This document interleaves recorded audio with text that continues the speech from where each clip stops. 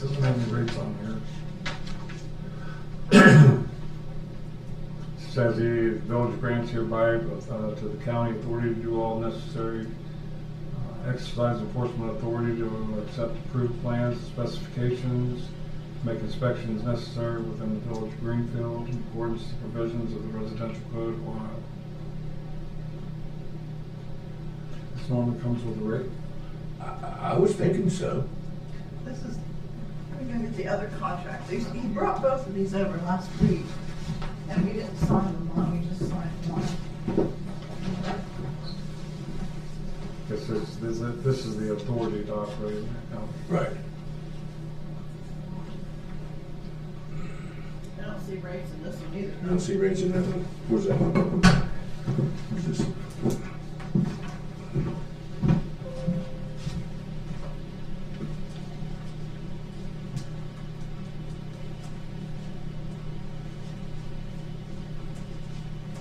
The Rough County Building Department. The village agrees to permit the county to retain 100% of all fees collected by the county. That's Well, I guess that's the rates on that. Yeah. So this is just the authority to Right. operate the account. Yes. That's the rates. Yes. We get 100% of the rates. Yeah. All right, let's keep those together. We'll keep them together. Yes. Do I have a motion to accept this authority? So moved. Second. All in favor, say aye. Aye.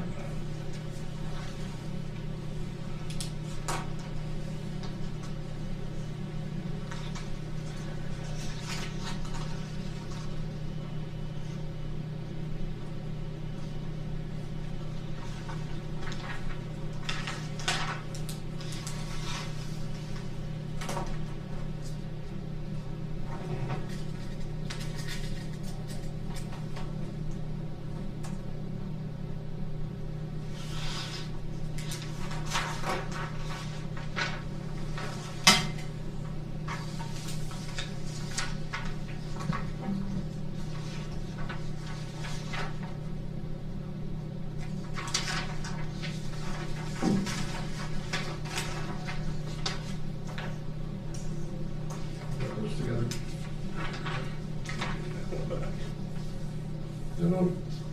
Is that one? Is that, oh, it's not one?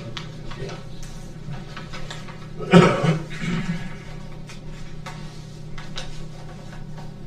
Put those contracts together, Kathy. Okay. Request for appropriation of funds from the general fund to the commissioners for the courthouse restoration, Cohen Project, Service Center, RFP, 104 sewer project. So this is for legal counsel from Bergen and Braden, $50,000. So moved. Second. All in favor, say aye. Aye.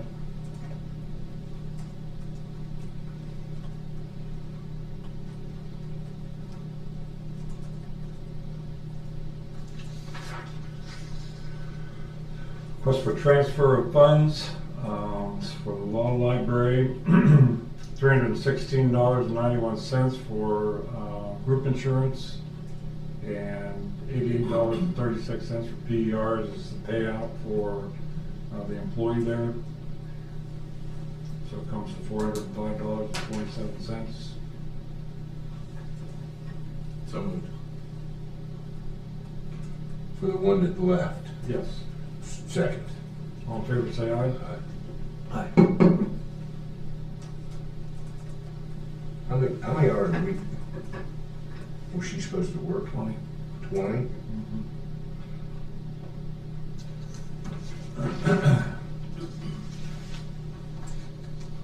much are part-time.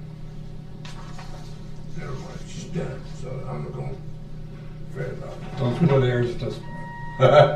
Yeah, I'm not gonna fret, I see where you're going. Yes, yeah. Because I'm thinking there's something along the line, you don't have to pay all that. Yeah. If you're only part-time. This is advancement of funds from the general funds to the VA facility renovations fund for expenses not yet reimbursed by grant. Good morning, sir. Morning, sir. $500,000 from the general fund to VA facility renovations. So moved. Yeah, the grants. Yeah.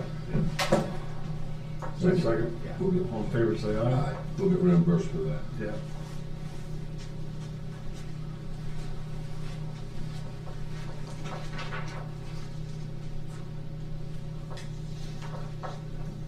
Five minutes.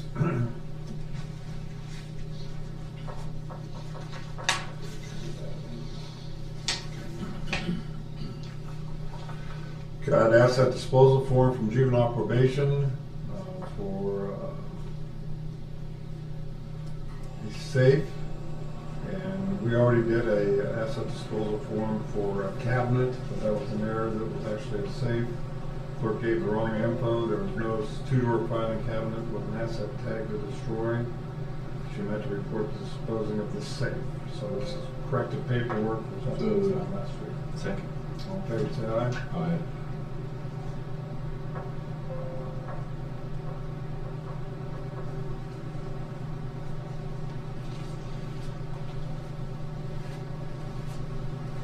Morning.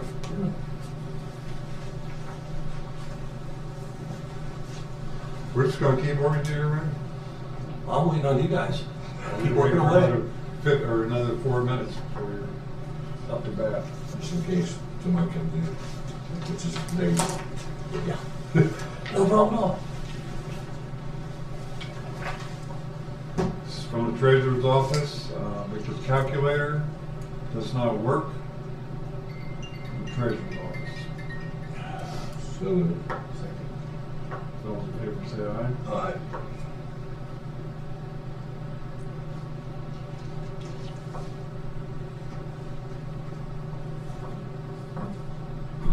Make a motion to approve the minutes of the last meeting.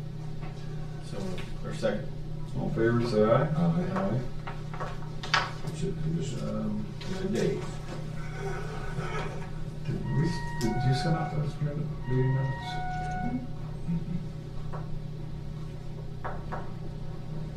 I always read those. Oh, Last week was a blur.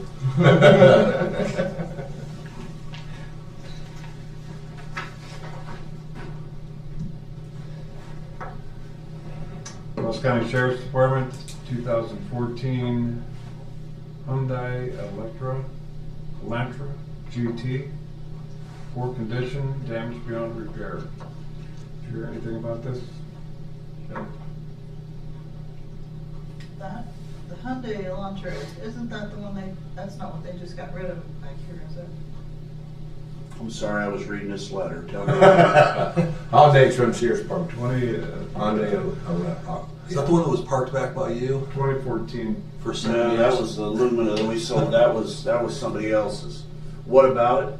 They said they're disposing Obsolete. of it, it's in poor condition. Is that from the SIU unit? That's what I'm thinking, it may be that. So, SIU, yes. yeah, so we sold that for them too. I think what they're asking, if I'm not mistaken, is to put that money into the SIU's fund. So what I told them is we sold 2 cars for them. If it comes out of the sheriff's budget, the money comes back to the general fund. If they buy it from a grant at the SIU unit, then the money goes back into the grant fund. So I think that's what they're asking, is for that money to go back into that grant. Now they're just asking for disposal. Oh, okay. We have a motion. So, Second. All in favor, say aye. aye.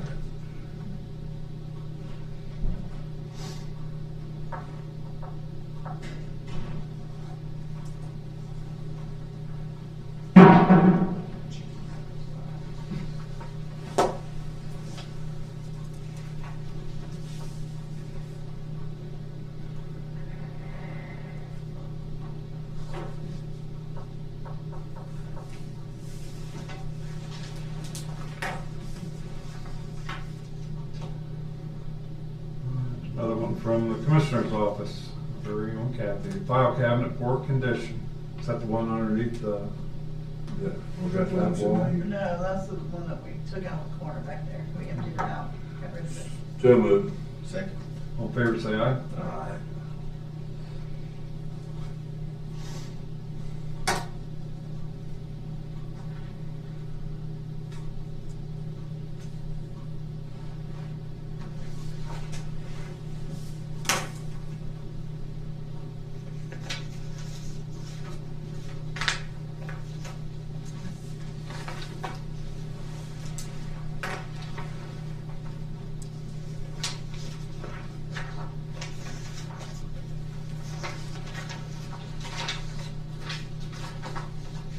Mr. Marks, you're up.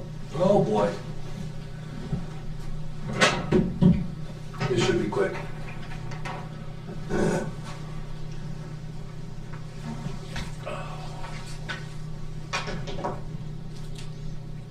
I got an email from Kathy about an addendum to the Humane Society agreement, the 5-year agreement that we entered into. And I just wanted to make sure that I understand where you guys are coming from on it. It was set up with the $60K every year for 5 years to be used only for building purposes. And then when she said that it was going to be extended, I guess my first question was, were you guys just extending the time for them to build? Or were you extending Payments. the payments to be included in those additional 3 years? In the bill, yeah. Inflation took care of some of the growth of the first anticipated amount that they needed. It took a few years to put together. So the ask was to fill the gap of what they needed. Okay, so we had payments going 22, 23, 24, 25, 26. Right. And then it'll- So now you want to do payments 27, 28, 29. Correct. Correct. Same amount. Right. Then, Do we have to change that for the building in that new addendum? what do you mean? Because we gave him that $60,000 a year for 5 years to help with the building. And building only. Yes. Correct. So do we have to change it in that? We'll throw in language real easy that just says, as stated in the original agreement, this is to be used for building purposes only. Okay. That brought my second question then, if that's the path, do the commissioners want something in there that says, and I don't know when this is anticipated to be built. Let's say hypothetically it's built in February of 28. They're already building. They're building now. Okay, This should be done by summertime, I'm thinking, I'm hoping. Yeah, Okay. it'll be finished this year. so then I guess my question comes, if you've got a building that is completed, what are the, That's what I wanted to do. Do we have to change that addendum? And say that it's from using for the building or for construction of the building? Do we have to change it to?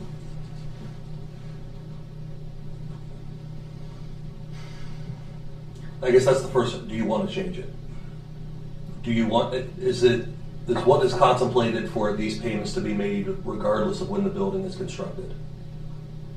Right, I guess what we don't know, and which we should have asked, is are they servicing debt? Have they created debt for this payment? And so is our payment debt service to their construction? Yeah, that's what I was assuming it was. When I was identified to be for building. It's a payment for the building. Okay.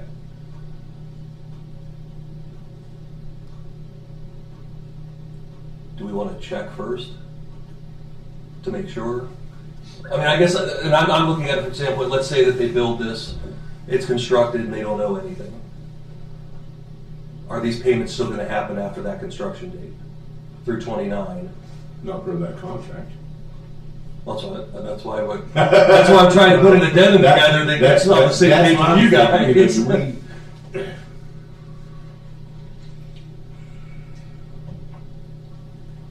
Yeah, I think we should find out if it's the extension of the contract is for debt payment, for debt service. And the good thing is, I mean, the original contract is through November of 26.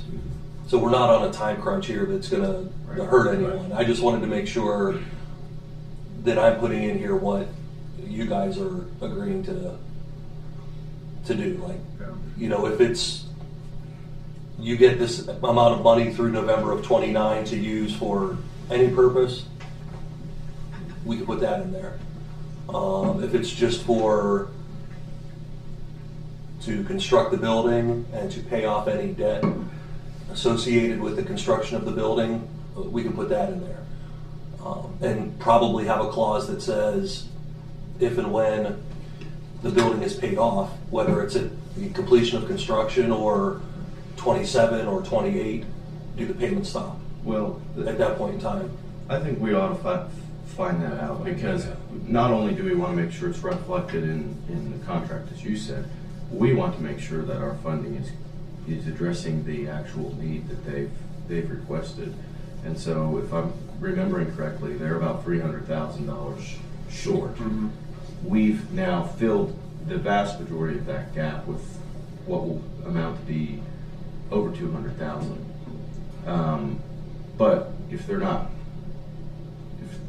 I don't know how they're funding this themselves. Like I don't know if this is a debt-funded project that they have entered into, in which, if it's not, then $60,000 3 years after it's built each year isn't going to. Yeah, in theory, The only logical conclusion is that's for debt service, because that's the way it was explained to us. They were 300 grand short. And they didn't want to ask for it up front, so they wanted to stretch it out, and that helps everybody. So my natural assumption would be it's for debt service, but let's make sure of that. You get a note over to executive director and just confirm that. and that way if they get something like, January of 27, somebody's estate leaves them $400,000 and they've paid it off, does that stop the services from that point on, or stop the payments for 27, 28, 29? I suppose it would, but I would think, but that's all, I didn't know if you guys looking to help them out more than above the budget anyway, or if we're still just dealing with building construction. Don't we supply some operating costs to them too, every year? we do. Yeah, because the original agreement contemplated Yeah. the 60 grand was above and beyond what's usually budgeted Right. to the facilities, or to the agency. It brings a lot of puppy chow, but I don't think they would need to use it for the building if the building was already paid off. That'd be the negotiation for them to handle later on with that person. Okay. So, but still, we'll find out for sure. That's Yeah. our assumption was correct. Is it still Jen Thomas? Yeah.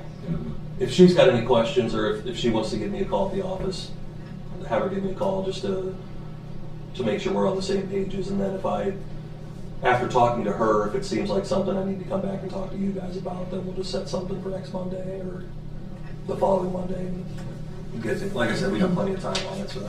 Okay. Do you have,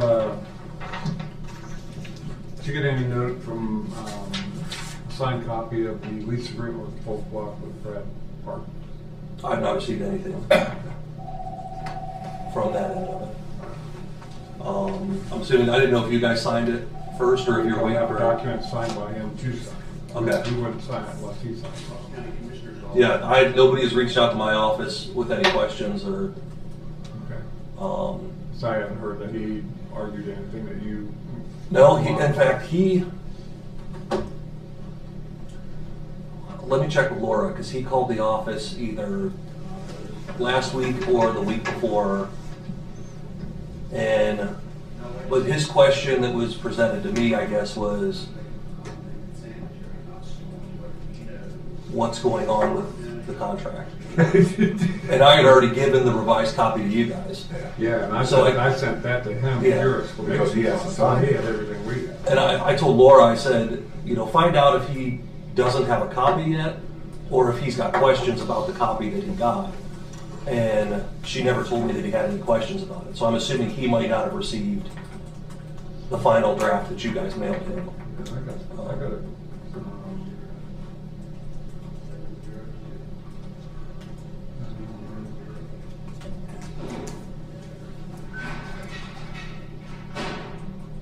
Said he told me on a text, he emailed the lease over a couple of weeks ago for juvenile court. Just wanted to check back to see if they were planning on staying or not. Haven't heard from anybody. And then, I think that's the one I revised.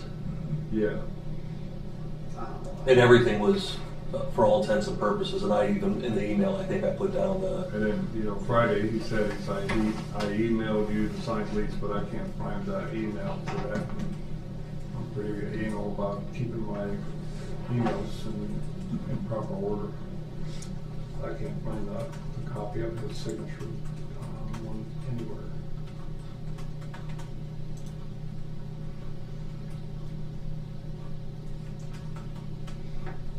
So I have him issue the signed copy to Kathy. Yeah, I haven't gotten a copy of anything yet in my email, but I guess we got 43 emails from the same citizen over the weekend Yeah, you did? who sent us about 40 emails during the course of last week. Is that the guy from Greenfield? I'm not sure where he's from, but We never got all in. We're glad. I didn't get Is any that this turning week. down the roundabout out of Pleasant Valley that we didn't do? no, this is, it's hard to tell because each email has like 15 to 20 emails attached to it. But all the responses appear to be deleted, so we're still trying to, What's it about? General it's hard to tell right now. There's a lot of reference to the California Superior Court. Luckily, I didn't get that. I didn't get any. I already took care of all that.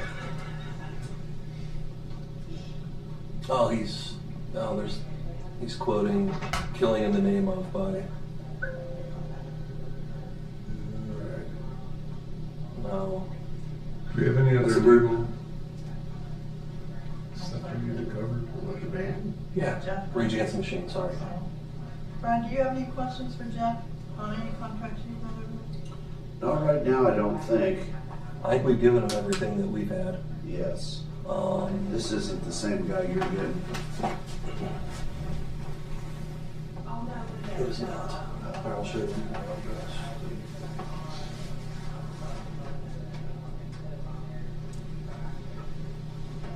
Seems to me we have. I'm not having. You can see how many I have from this guy. We were talking on Friday about township trustees. Oh, I got one from him. He's the guy that's completed about What we wanted to roll in.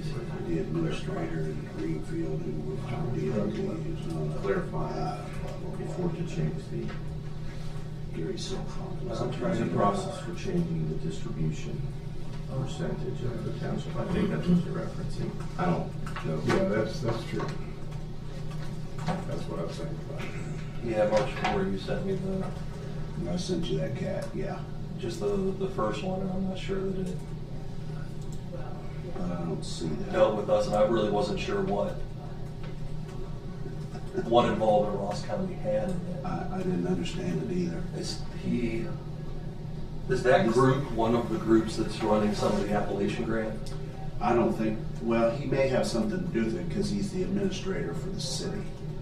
They had somebody else that was there, and then this gentleman took over when he left. Why are criminals running Greenfield? Oh, yeah, I've been getting those too. Been getting those Yeah. too? He is, I guess he is the elected city manager. Or appoint. Appointed. Yeah. Appointed, Yeah, yeah. he's not elected, he's appointed. Now, when I saw it, my concern was if he had some contact with the Appalachian grant monies, but I couldn't find. Well, that. there's a That's- project Yeah, there. that's the project he's driving in their park, Yeah. and they're complaining he's destroying the park. So they're just bringing out the brooms, trying to get all the crumb off the floor, I guess. There's nothing I read that had our involvement in it. So, on another issue,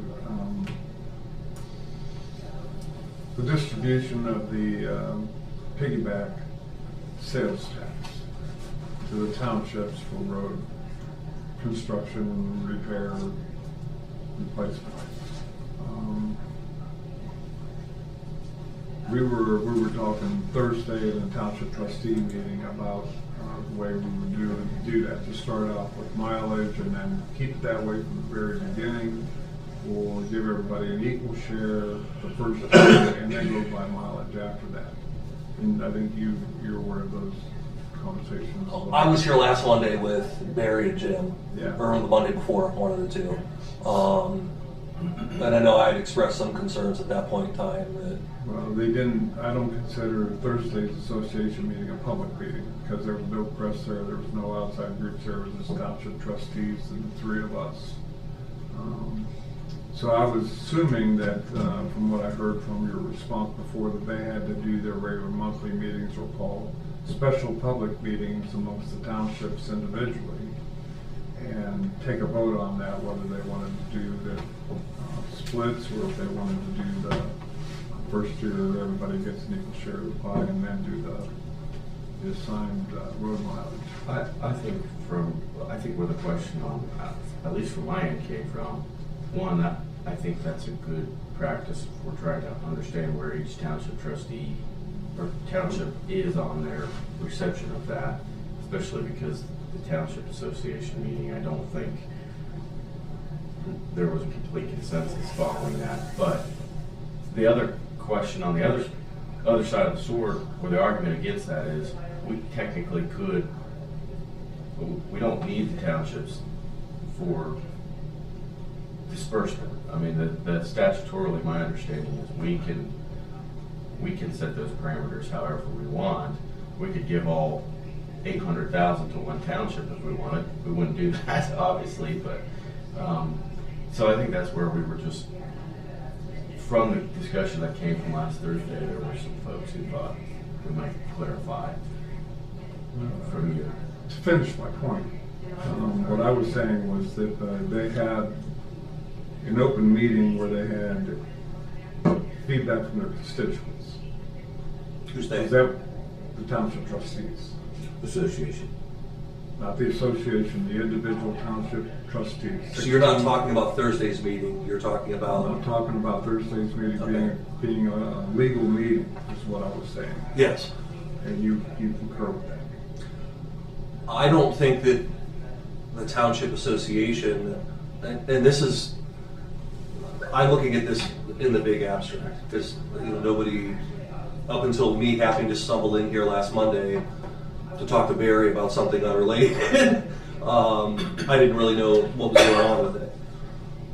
Just from a procedural standpoint,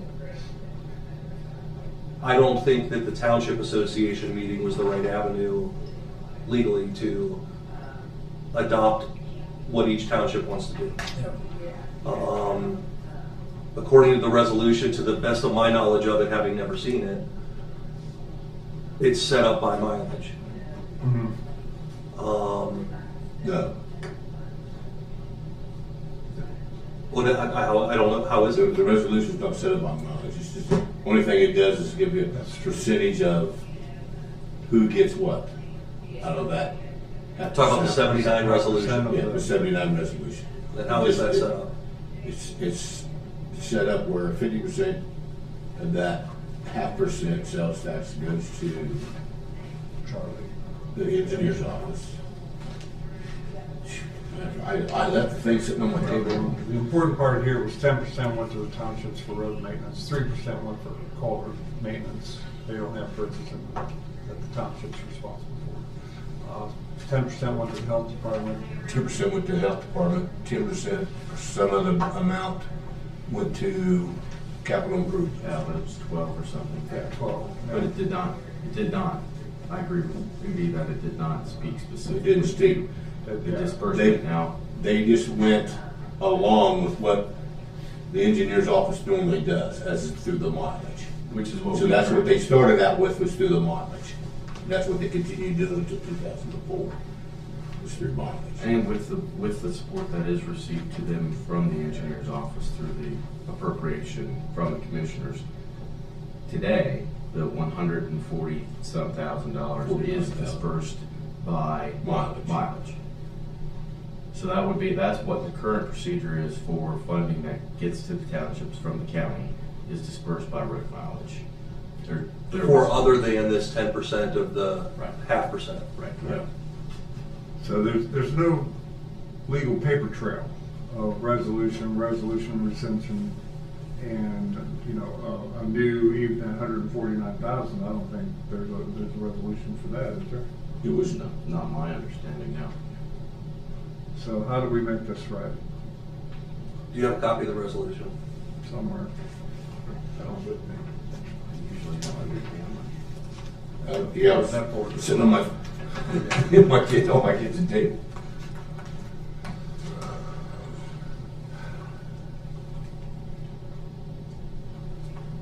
Sure I have a copy of it, I can email it. And if I'm understanding, this was, what, 79 through 04? That's what we are assuming, yeah. David did some research into the actual meeting minutes from back then, we could find it. And 10% of, during those years, 10% of the 1.5% went to the engineer and was divvied up by the engineer by mileage, because that's how other monies were divvied up to the townships Correct. by mileage. Nothing directing him to do it that way. It was just made sense because that's how they divvied up other monies that Correct. were going for road maintenance. Right. Okay. So the only obligation is it goes to road maintenance. Correct. Okay.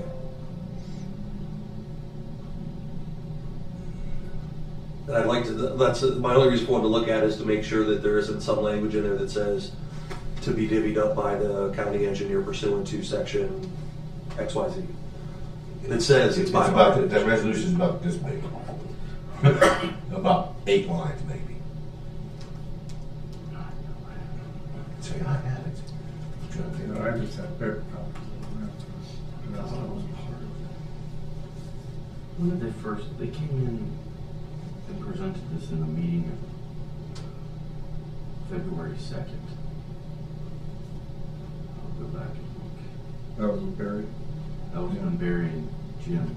Yeah, Jim came in December Right. and first brought it up. And that's when I got my paper copies. But when it was actually brought as a matter of business before the commissioners.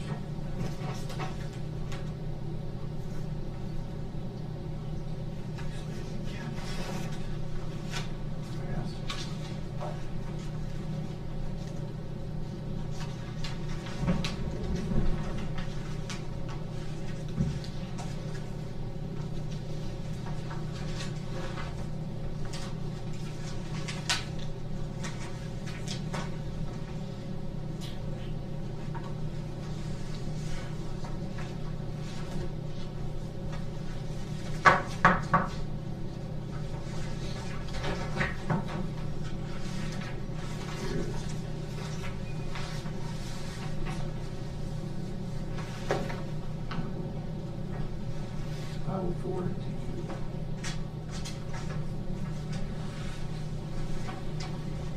I've gotten 2 resolutions from the 2 townships saying that they're okay with this disbursement equal, and that's all I've received.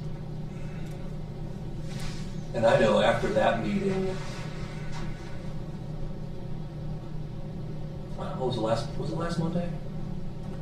2 Mondays. 2 Mondays Two ago. windows, yeah. I had, in an unrelated matter, I was talking to one of the townships who was meeting that night. And I advised them, because they were aware of what was going on, and they were aware that there was a meeting coming up on Thursday. And I told them that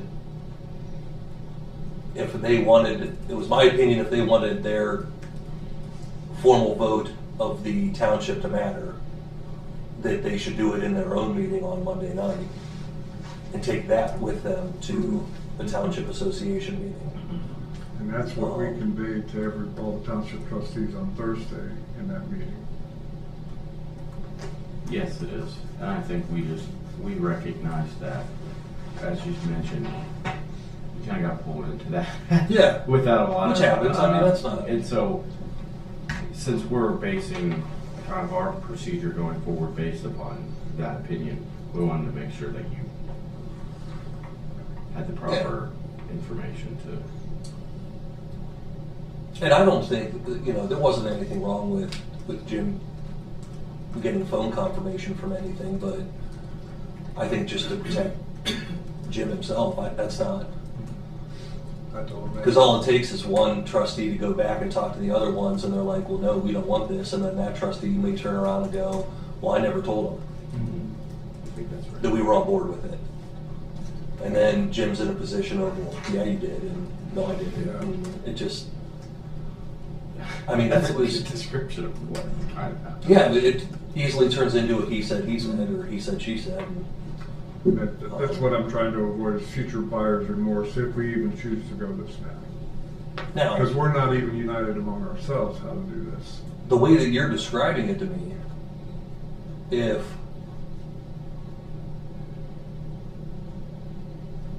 there's no indication other than past experience up until 2004 of how this is to be distributed, And there's nobody around from back then. then I don't know that you need a resolution from a township saying whether they're on board with it or not, because I was under the impression 2 weeks ago when I gave that opinion that they have a legal right to receive the mileage percentage. And if they're going to give that up to take a greater or a lesser percentage, that had to be formalized.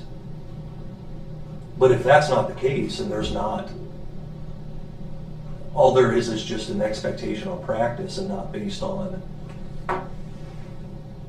a higher revised code or anything like that, I don't know that their resolution, maybe it's something you could have done by a phone call. Maybe it is, but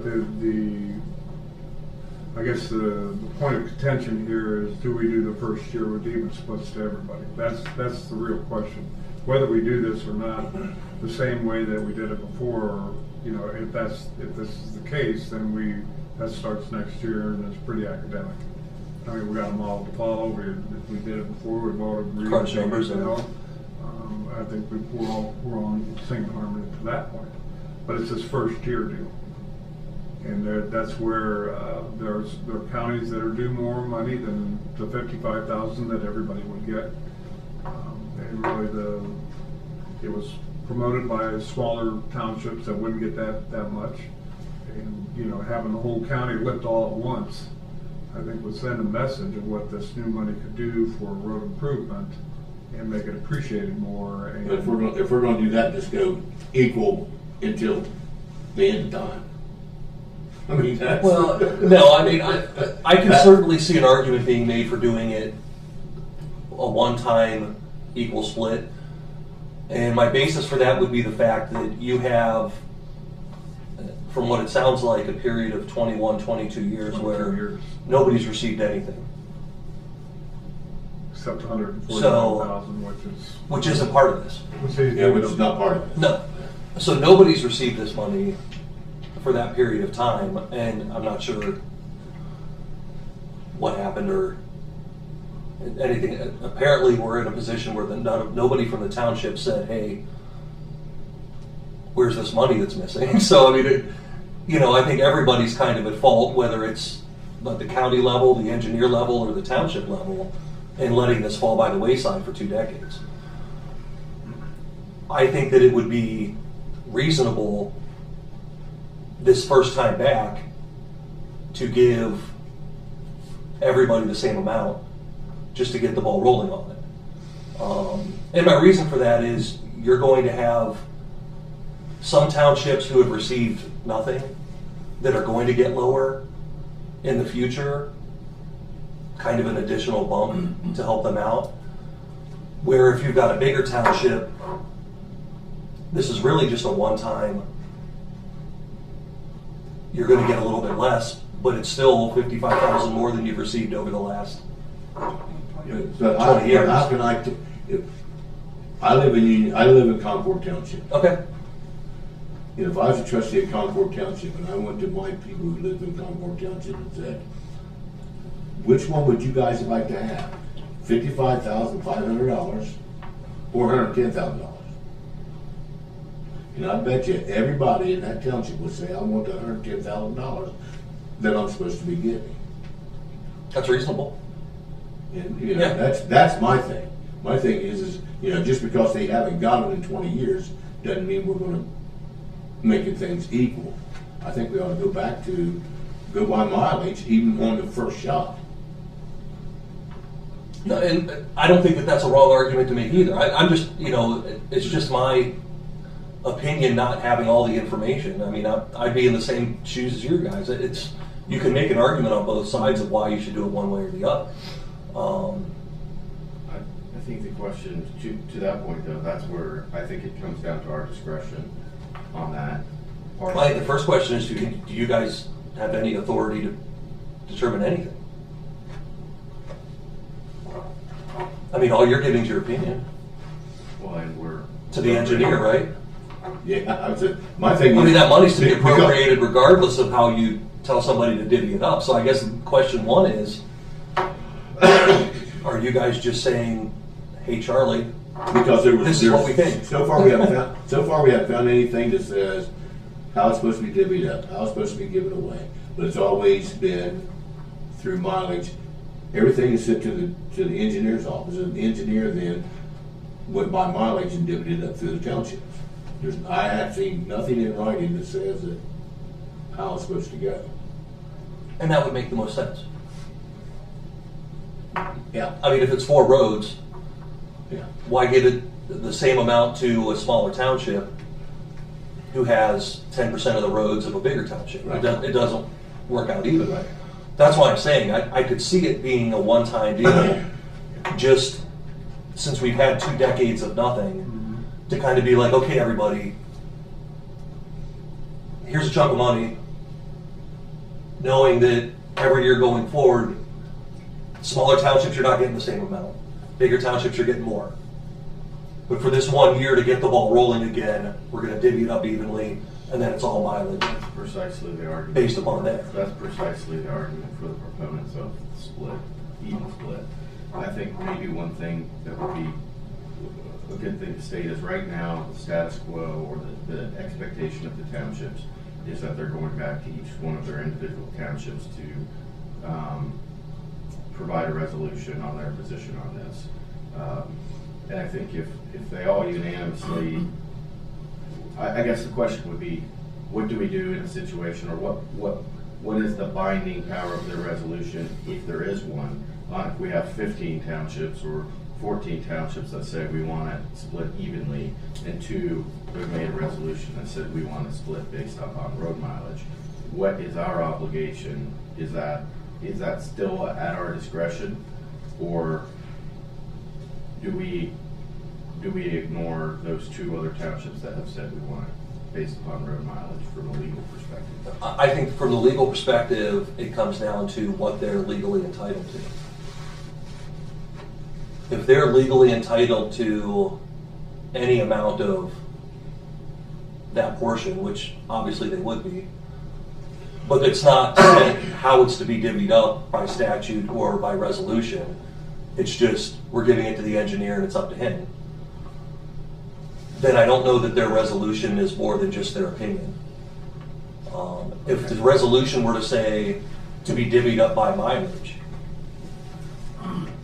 then I think they've got more of a legal anticipation of having it divvied up by mileage, and they would have to agree to give that up. My thought 2 weeks ago when this was being presented was it should be a unanimous. That it shouldn't be 9 townships deciding for 7, the other 7, even if it's 15-1. I mean, what? That's the way I look at it too, and at the end of the meeting on Thursday, at least for the 5 minutes it took me to get out of there, they were in agreement. Now, I'm sure that there's buyer's remorse that's happened, or constituents has gotten to the trustees since then after they heard about it. And I don't anticipate it being unanimous. And if I was a trustee, And that's our I mean, dilemma. it just depends on, hey, do you want to look at this half glass full or half glass empty? Half glass full would be, we're getting $55,000 that we haven't gotten in 20 years, and we need that. And glass half empty might not be the best way to look at it. But That's what I was gonna say. No, it's not. It'd be the same thing as saying, instead of getting $55,000, I'm gonna get 110. We haven't got before, but I want my 110. And that's half or half empty there. Yeah, I guess it's more half glass right in the. It's you know you've got an argument you can make on both sides of this. Do you want plastic or you want glass? Yeah. So I mean, It's only it's, half of it's there. and it's not like there's any sort of repercussion where, hey, if you guys aren't unanimous, you're not getting any of it. Yeah. I mean, I think it's set in stone that they're going to get the 10% of the. It's just a matter of, and maybe you know, as much as he would certainly hate to hear this, maybe Charlie's got to sit down and go. If the problem It's up to me. now, I got to figure out how to make everybody happy. Even if we don't make a decision on how to divvy that money up, it's left up to Charlie. Charlie can make that decision. Charlie didn't have to go with what we say. Yeah, if the resolution doesn't say how it's It being doesn't divvied say. up, I think it's you guys are just offering an opinion It didn't say. to him. So it's ultimately up to him. And if there's nothing in the statute for the piggyback tax that says one way or the other on how he should do this, then Well, in this first bid isn't really, it's not coming out of the sales tax, piggyback sales tax anyway, from a technical standpoint. I mean, this is an allocation that we're pulling out of the general revenue fund and would be, now I would advocate for budgeting purposes next year, we would identify it as a part of the line item, the revenue line item from that 0.5%. yeah.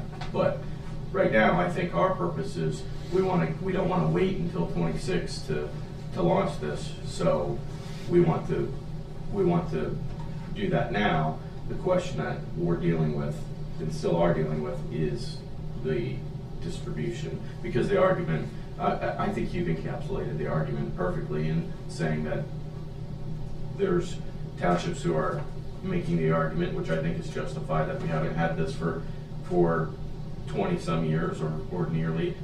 But there's others who are saying, hey, we might want our money. And so my position has been, let's see what the townships say. Yeah. Not that we necessarily need to hear what the townships have to say. I think it's just comfort for us from the standpoint of we're investing this to the townships because we see the value in it. We want to make it work the way that the townships want it to work. Well, I mean, I guess you guys kind of bring up an interesting point then when you say it that way is if you're just making that allocation the way you say it, it's not up to Charlie. I mean, if this isn't money coming from, Well, it's from us to the engineer to be dispersed. Yeah, it's coming from general fund this year. well, okay, so, but it's still, you're taking the same path that you did under the old resolution, but you're not, do you have to? Not formally, because it's coming from carryover. It's not coming from new Yeah. sales tax. It's not coming from a revenue stream that's been mandated to be done a certain way or a Right. certain percentage. We'll take care of that next year, the Yeah. budget for 26. Green, I'm gonna throw a monkey wrench in there. Go ahead. All we've done is throw monkey wrenches in. This whole thing is set up for monkey The whole wrenches. Yeah. Under the resolution, Okay. 79 resolution, it says 50% goes to county roads and bridges fund for the county roads and bridges. 10% goes to the township for maintenance, for road maintenance and repairs. Okay. 15% goes to capital improvements. I'm assuming for the county. Yeah. 20% goes in the general fund.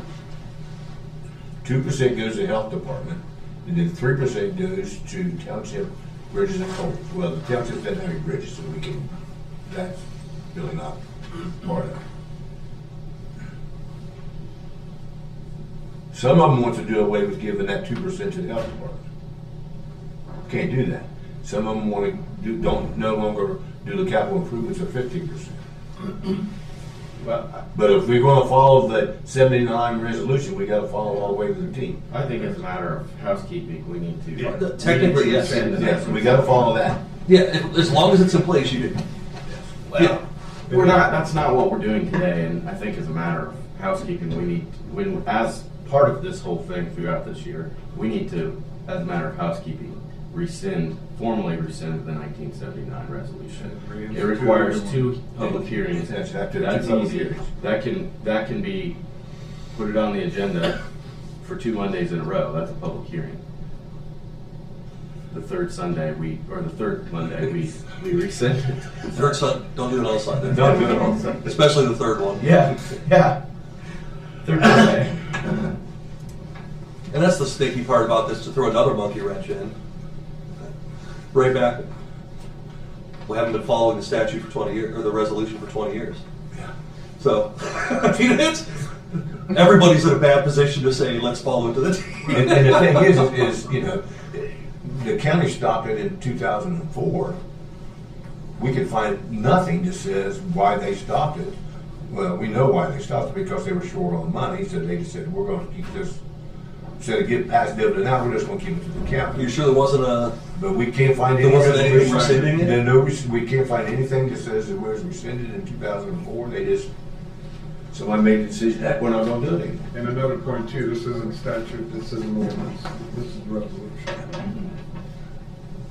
It doesn't have legal authority, it's not a law. That was. I mean, it's got legal authority It's once got in legal effect. authority, yeah, which is in effect. It says right in the county commissioner handbook where that there's a difference between an ordinance and a resolution.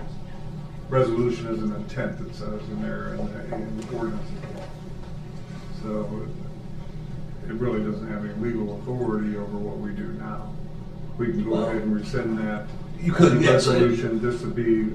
I would disagree and say it does have legal authority so long as it's valid. Yes.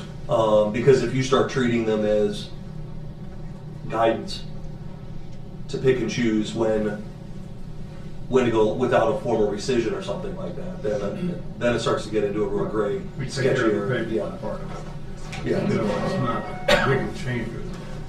But I'm surprised, like, there's gotta be some trustees from that time period that are out there that might, There's one commissioner. you would think had heard, or, There's one commissioner, that's Jim Starr.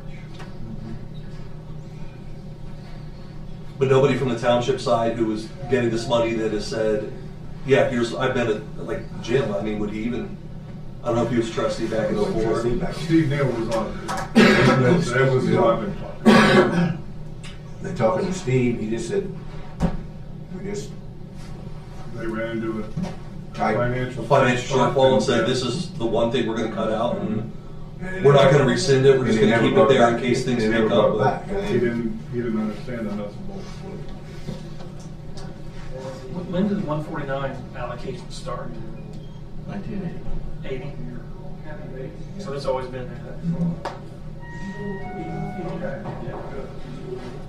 So, Yeah, did you say you forwarded me the resolution? Okay, let me take a look at it to give you guys a better idea of what opinion basis, legal authority, or if you guys are just offering an opinion, or I guess even if it's up to Charlie. I mean, if you guys are doing this strictly as a one-time allocation, then I think the plan is to do this, if we do even distribution, it'll be one time this year, and then build into more of a long-term conversation around revenue-specific percentage to the townships within our standard budgeting process, which would be distributed based upon recommendation. so it would be revenue specific, I guess. Well, sales tax projection, Okay. 0.5%, the 0.5% tax. 13%. Oh, I thought you meant by the revenue brought in by the Sorry, specific no. townships to see how much For us. they would get. Okay, that one. 13% of the 0.5% of the overall sales tax. Okay. Then we have the land bank feeding for Yeah. the Humane Society building. Do we need to amend? I've got a copy of the addendum. Just let me know, or if Jen wants to give me a call. Just to find out, are they accumulating debt, or is this going to be debt-free at the completion of construction, so that you guys have a better opportunity to say, okay, what's our cutoff on this? Yeah. Is it gonna be in construction? Is it gonna be when the debt is paid off? Is it gonna be, and I mean, if you guys are paying it as a debt service, I don't know if you guys should do it directly to who it's owed, To our news, yeah. you know, rather than, not that anything else weird would happen, but, you know, just to make it cleaner from your guys' end on it. But yeah, look, we've got time to get that finished, and it shouldn't take, it'd be addendum that won't be hard at all to do, so we'll get it figured out. I don't know, hurry on that, it's 2026. Huh? 2026 is when the element expires. then. Yeah. Well, the last payment is 11 of 26, so that means that, I mean, technically until November of 27, there shouldn't be an anticipation of anything coming from there. I guess currently they shouldn't anticipate anything. All right. Appreciate it, Jeff. Oh, Thank you, Jeff, yeah. Enjoy. I got them all greased up for you. Have fun with them.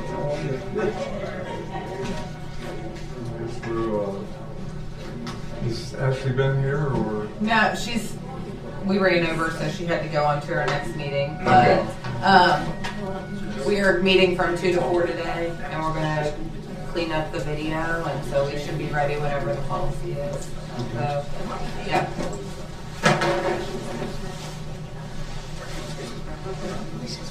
And we're gonna do the auto response, so we'll draft all of that today, like the auto response to the messages and all of that. It was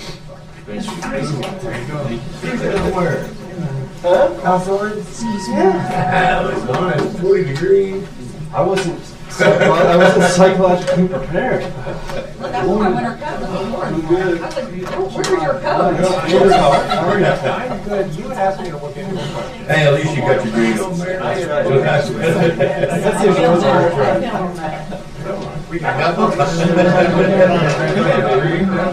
That's green. That's green. I'll scoot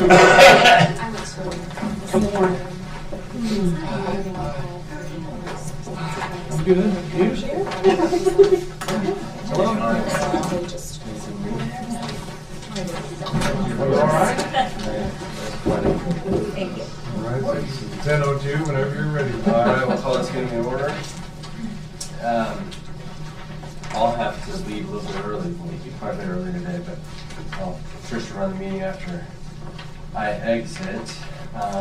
In your packet, you've got January's meeting minutes. Let's check those. Once you've had a chance to review, we'll entertain a motion to approve it.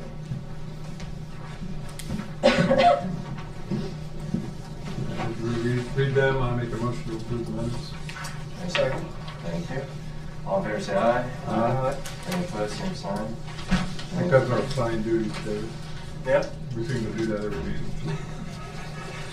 So, we're done. Tradition. Sorry. Tradition. Treasurer's report. I will email out the bank reconciliation. At the end of February, the balance was $15,000. In March, we had a grant reimbursement in the amount of $64,000, with $67,000 due to Tetra Tech. So that will give us a balance today of $13,817. And that's the final reimbursement from the 2022 original grant. So we'll have the reconciliation circulated after the meeting. Any questions on the rest of the report? If not, we can entertain a motion to approve it. I'll make that motion. Second. All in favor? Thank you. Appreciate it. Aye. Any opposed? The ayes have it. All right, Tricia, will you take us through the old business, please? Yeah. The fiscal year 2025 grant application is approved, but we're still in waiting mode for grant cure completion and getting our official grant agreement. So all of that's kind of just in limbo at the moment, just awaiting finalization. The Brownfield grant, that's not on here. The Brownfield grant is, we have our grant agreement. That one's ready to go. We're just really waiting on Tetra Tech to give us a plan of action to move forward, so all good there. The property sale for 101 Prospect Street has been postponed a bit. I think Benson's office was working with us on completing the title issues that needed to be rectified, and I believe that's going to be probably a June thing at the earliest. So still moving forward, but the red tape that has to come through is just a timing process. That was the one where there was a procedural question. It was a sheriff's sale issue, whether or not it got posted twice or something like that. So we've hired them to just basically go through quiet title action, right? Yes.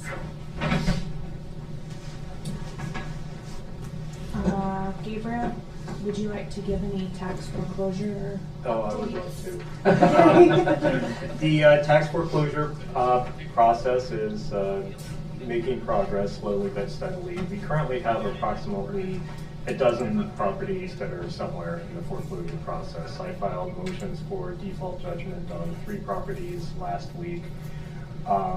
We have a small handful of properties that have been approved for sale. The auctions haven't been scheduled yet. We recently ordered title searches on 6 new properties, one of which the title search was in excess of 100 pages, and I haven't had an opportunity to look at it yet. And one of the ones that was on the list, someone just paid up on it, so that takes care of that at least. We are starting to see some movement in people who have multiple parcels with tax arrearages are starting to get some better compliance from some people around the county. But it's coming along. I know it's a slower process than anyone would like, but we are definitely starting to see some palpable progress on this. Is that one that got paid up, is that the 35561 State Route 50? No. No. I forget Okay. the address. Okay, no I think worries. it's a vacant parcel, actually. No, it's not a vacant parcel, but I forget the address. Okay. It's not that. No worries, I'm just curious. Okay. The home repair program, we are still looking to complete it, to do it. We have an MOU that's just waiting to be finalized with the prosecutor's office, and the mayor has sent that over again, so you might see that. I'll try to remind them if I see them. Okay. And what I'll say, I don't know if you saw that email this morning. I did. Yeah, so basically, the MOU is between the city and the land bank, so I'll sign on behalf of the city. We had it labeled as Jeff signing on behalf of the land bank. It might make more sense to sign as, to be reviewed as to form, and one of the other board members will sign for the land bank, so I'm not signing up both lines. But whatever his preference is, I think, is fine. I think will suffice for us. We just want to make sure he is okay with it. And then we'll be off to the races on that one. Yeah. Anything else then old business anybody would have? If not, new business. We have settled on a DTAC amount for to be due to the land bank from the 2024 amounts. And so I have that invoice for you today, and the mayor has signed that, and so we can send that to you digitally as well, but so that way you've got a copy of it. Is there anything else that we need to do? Nope, so we've got that amount settled, so once I have that, I'll get that over to the auditor's office for disbursement. Okay. All right. So you'll see that show up. That's great. And as far as property disposals, we have a purchase offer on 52 Western Avenue. This is the small triangle parcel right as you veer onto Western Avenue from West Main Street.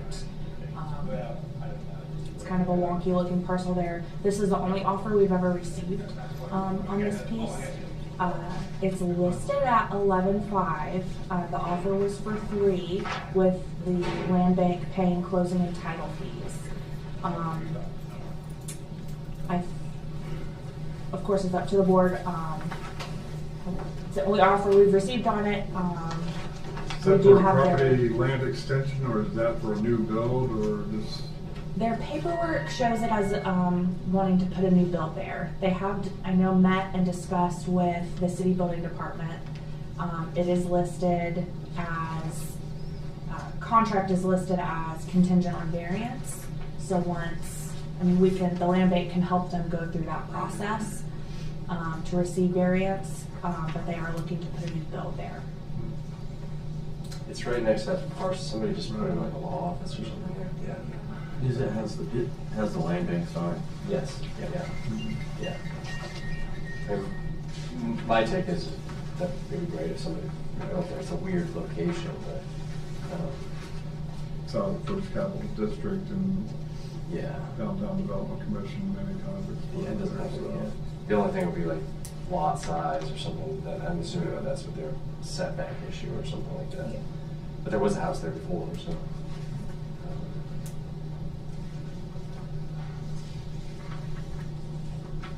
We would just need a motion to approve that offer price, basically, or that proposal. Yeah. The only caveat would be for the, I believe that if this had to go in front of the Board of Zoning Appeals and the Planning Commission, I'm not sure which the scenario is. Those bodies can't make,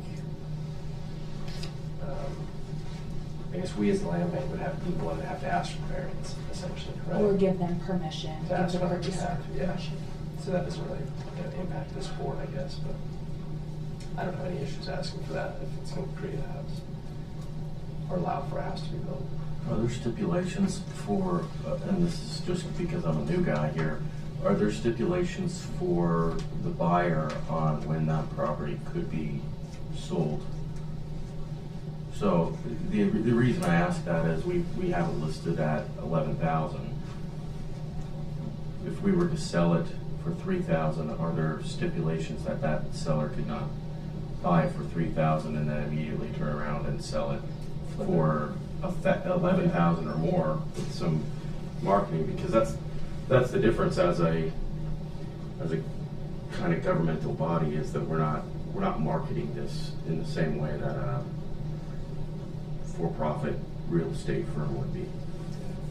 We've talked about that before, and probably for the last 2 years, probably 2 years ago is when we actually started listing with a realtor. Before that, this is listed by a realtor, right? Mm-hmm. Before that, we hadn't listed with a realtor.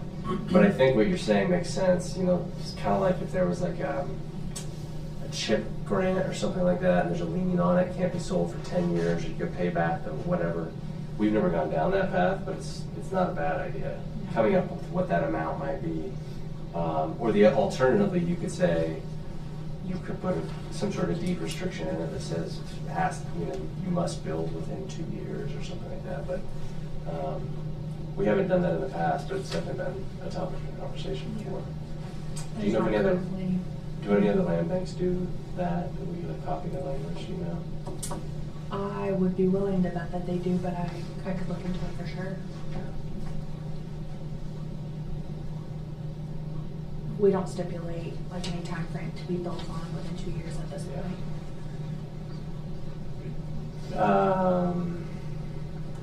Did the offer come with any sort of timeline? I think it is looking for closing by April 1st. I think that, I'm sorry, May 1st. Transaction to close by May 1st. So I think they would be willing. They're pretty interested. They've been pretty communicative, so. We got public comment, go ahead. Yeah, and I'm Niall, I'm with First Capital Realty, so we're the company who has been listing the properties. And just to kind of touch on a few things there, the listing agreement that we currently have or had is expired. So they're not currently listed now, but we have been advertising them for the past 2 years or so. That one I know has not had a ton of traction on it, and I don't know who submitted the offer, but you guys do have the ability, if you want to counter back at a little higher price point if that's the hanging point. I can see that. That's a pretty good offer for the starting amount of 11.5 to offer 3 is a pretty low shot at it, even if it hasn't had a lot of looks. Right. There's multiple parcels, 2 if not 3, but I think the only one with, I think that one has 3, if I remember it's correctly. kind of back on the hill with the, with all the trees. Yeah. So really the only accessible portion is that little triangle right off Western. But yeah, you're right. So I think we have a few options. One is we can come up with some sort of restriction or lien language. 2 is just come up with a counter offer at a higher price point, or do both. I think coming up with some sort of restriction language in the long term just makes sense in general. I'm open to suggestions. Did you also say the offer they wanted us to pay the closing costs as well? Right. You know, Doesn't leave much. Yeah. I think What a counter these- offer and a deed restriction probably makes the most sense to me. You know, I have no problem giving it to them at a discount if they are really want to build. We need to increase housing. That's the whole point, get it back to productive use. But giving it away and then having no guarantee that it actually goes to productive use seems silly. Yeah, and I don't know who made the offer or I'm not thinking about this specific to this site necessarily, just as a practice of policy, how we move forward, and especially in a situation where we receive an offer that's significantly discounted, are we accomplishing the purpose of the land bank in that? And maybe we are, maybe we aren't. It's just food for thought on how we might approach these type of things. Bethany Snowden with First Capital Realty and the other broker. So I have a question on that. Is that they ask for you to pay a commission on the offer? No. If there is no commission written on the offer? Okay. So closing costs, this is, I'm assuming, a cash purchase, not a loan. So your closing costs are not anything above and beyond what you would already have been paying for under seller practices as a sale. Things like conveyance fee, if you're already agreeing to title search, I assume they want title insurance, deed prep. I mean, those are things you're already paying. So it doesn't sound like they're asking for anything above and beyond what is typical for a seller to be responsible for. If they were asking you to pay loan closing costs, I would be more concerned. If they were asking you to pay commission, again. And then on our side, for the list side, I'm assuming, Mr. Glass, you didn't know, but so we offered as a community service, we list these for free, so we don't get anything for the land bank properties. So we just do the advertising for the city. I had forgotten that. I remember that you were here, I guess, on the 27th of January, but I had forgotten that. Yeah.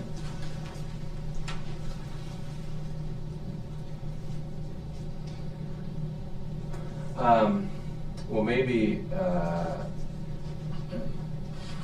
in this scenario, since we have an offer, we could discuss the possibility of not putting a deed restriction on this particular property, so we can keep it moving forward, and then come up with one for future sales.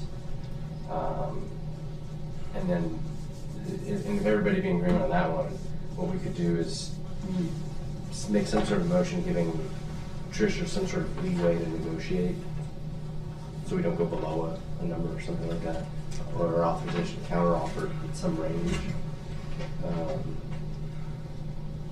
Because otherwise, I mean, I don't know that we want to wait, we don't want to call a special meeting probably, which we could, or we'll wait 2 months to get this flow going.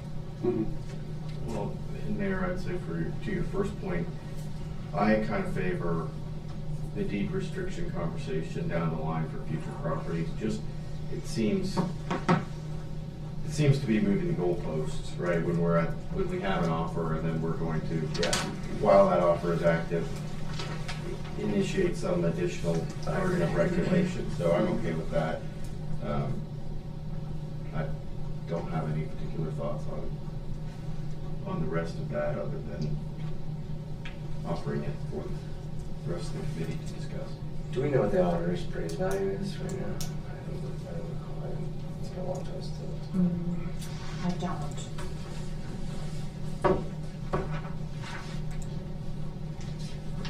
we know what the fixed cost of the closing is? No. I mean, We didn't. with no commission, it's not, if there was commission involved with this, I mean, that's a percentage of sales price, but there's still added cost, I think, $3,000 isn't a whole lot to cover closing costs. I'm just wondering how this is weighing out in terms of paying money in, or are we deducting from proceeds of sale? Did they ask? Bethany mentioned title search. Did they ask for title search, any of that? Or that offer? Yes, they did. And I think given the issues with 101 Prospect, it would probably be a good idea to go ahead and do it. And I know that flat fee for the title search is $245, but anything over that, anything additional that would need to happen, I wouldn't have a price for it. There's no structure, so there's no appraisal done outside the property. It's appraised at 53.7. Well, there's 3 parcels though. So. Well, I also said, I've seen at least 2. Yeah. I was there. So I'm just thinking in the future, not necessarily this sale, but we don't want to get into an underwater situation as a habit. One's 53.70, and another one is 52.40. It doesn't show 3, it shows 2. I gotcha. Well, listed on their offer is 3. I mean, do you have a copy of this? Yeah, the way I'm looking at it. I'm not on land bank. I got you. The way I'm here for ride.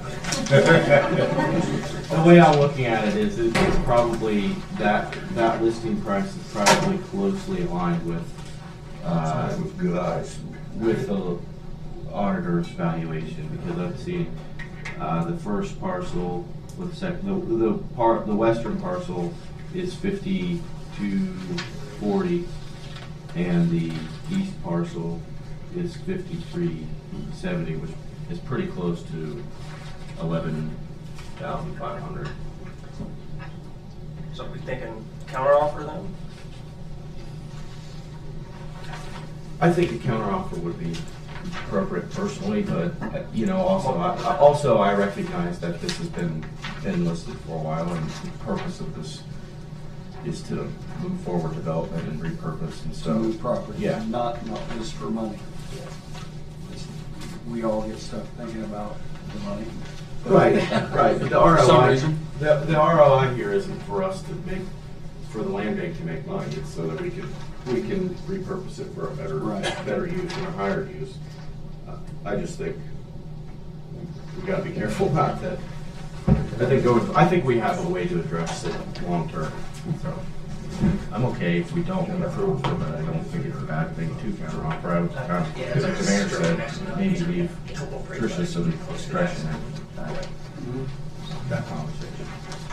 I could look to find out what a hard cost would be for any closing and title costs, and ask for them to pay that, or add it on to the sale price that we're coming out.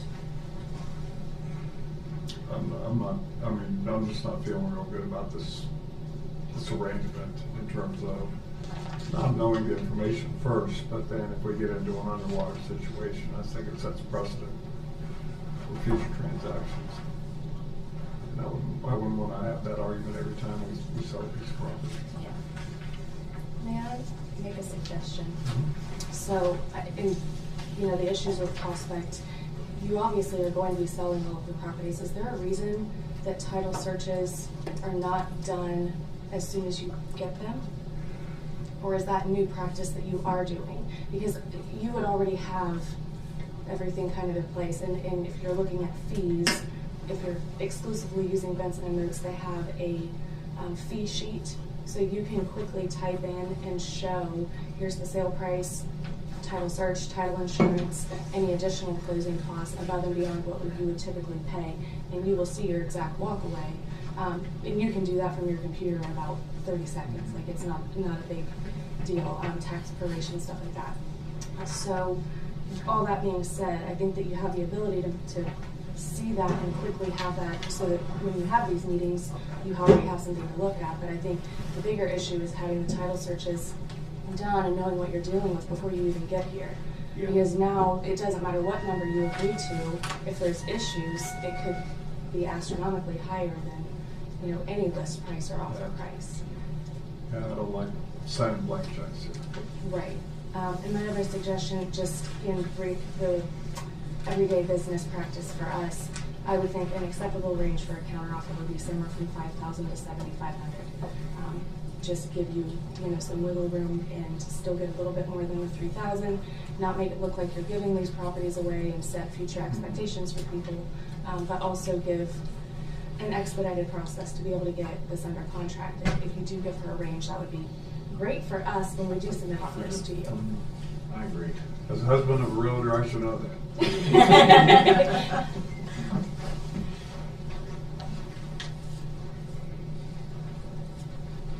Okay, so for this one, why don't we say, I'm just gonna throw out a number. Trish has the authority to negotiate a sale on a price not to go below $5,000. And counter offer where she sees fit. And go from there on this one. If anybody wants to make that motion. So moved. Second. Thank you. All in favor, say aye. Aye. Any opposed, same sign. Great, thank you. I think that title search question's been taken. The thing, Gabriel, tell me if I'm wrong, but usually on a sheriff's sale, that clears title, doesn't it? If it's done properly. Yeah, and I think that's why that prospect one is so unique, is that basically it's supposed to be posted twice for sale or something like that. It's posted once, and that's and same with the tax foreclosure, right? That clears title. Yeah. So those situations, in theory, you don't need a title search, but this one, obviously, prospect anyway was. I think it's better to err on the side of caution and identify all parties who could have an arguable claim to it. Sure. All right. You want to get on the next one, Tricia? So property acquisitions, Gabriel reached out about 626 Glencroft. A traditional foreclosure has been filed on that property. And so just bringing it before the board, are we interested, I guess, in pursuing that property? And if so, what any next steps would be, Gabriel? And just for food for thought, both 619 and 626 Glencroft are on the most recent grant demolition list. So they'll both, as soon as we have that grant agreement executed, we can move forward with demolition and greening of both of those properties. But since a foreclosure has been filed on 626, Gabriel was interested in bringing it to the land bank to see if we would be interested in pursuing that property. Yeah, and I mean, first off, my understanding is that this property has been pretty problematic. The police have been called there on a regular basis. I think there are nuisance issues with it. There is over $12,000 taxes owed. Something that makes this more complicated is that there is still a valid mortgage and several judgment liens against the title owners to it. So in order for there to be a donation to the land bank, the people trying to dispose of it have to have clear title, with the exception of the tax liens, because we can take care of that. But as far as mortgages and judgment liens and stuff like that, those would need to be taken care of. And so that's the situation that this is in. I do know that the owners are interested in being done with it and donating it. And my understanding is that with all the problems that have been occurring on this property, it would kind of be in everyone's interest to help facilitate that, but there are some things that have to happen before that can occur. Gabriel, is it correct that the priority is the taxes, then the mortgage? And then if the land bank demolished the property, the cost of the demolition would go as a lien, and that lien would take precedent over the mortgage as well? I believe so. Okay. So in that sense, would it make sense to demolish the property before the foreclosure was complete?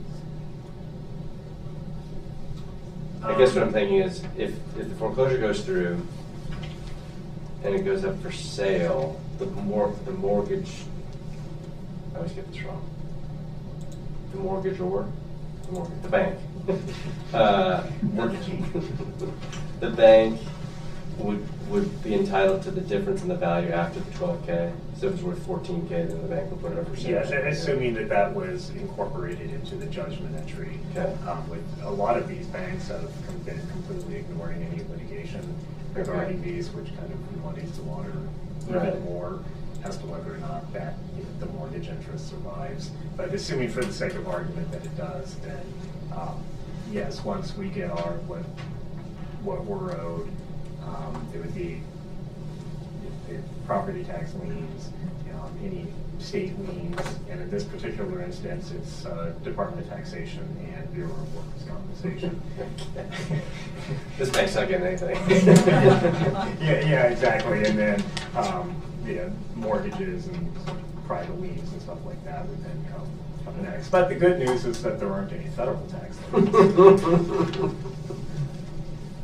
Optimistic. Do we already own something in Glen Rock? I remember we tore something down. We don't. Nothing currently on Glen Rock. So this item in question is just, what is the question for the board? Do you need a motion here? It's already on the path for demolition. And the question would be, is if foreclosure happens, do we want to raise our hand and say, we'll take it, basically? Yes. Okay. Because in this process, in that foreclosure process, there's a window that entities like the land bank can sort of have priority and access to property before we go to a public share sale, right? Yes. Okay. And of course, the danger of something going to a public sale is that anyone in the world with a credit card and an internet connection might be able to get it. So it doesn't necessarily solve whatever problem might be occurring on the property. Right. I mean, to me, this falls within our mission, and I think we could demolish green and get it back out in the marketplace. At least, so my take would be, raise your hand.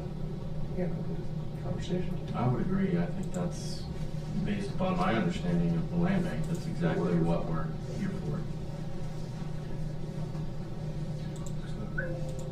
You making that motion? Yeah, sure. I'll make that. So just real quick, is 619 also under foreclosure, or that's just a demo property? It's just a demo property currently. Okay. So in this scenario, this motion is if the foreclosure is completed, we would opt in. That might not happen for months, right? Okay. Yeah, don't hold your breath on it happening So- before the next meeting. Yeah, so it would be a motion to, what's that process called?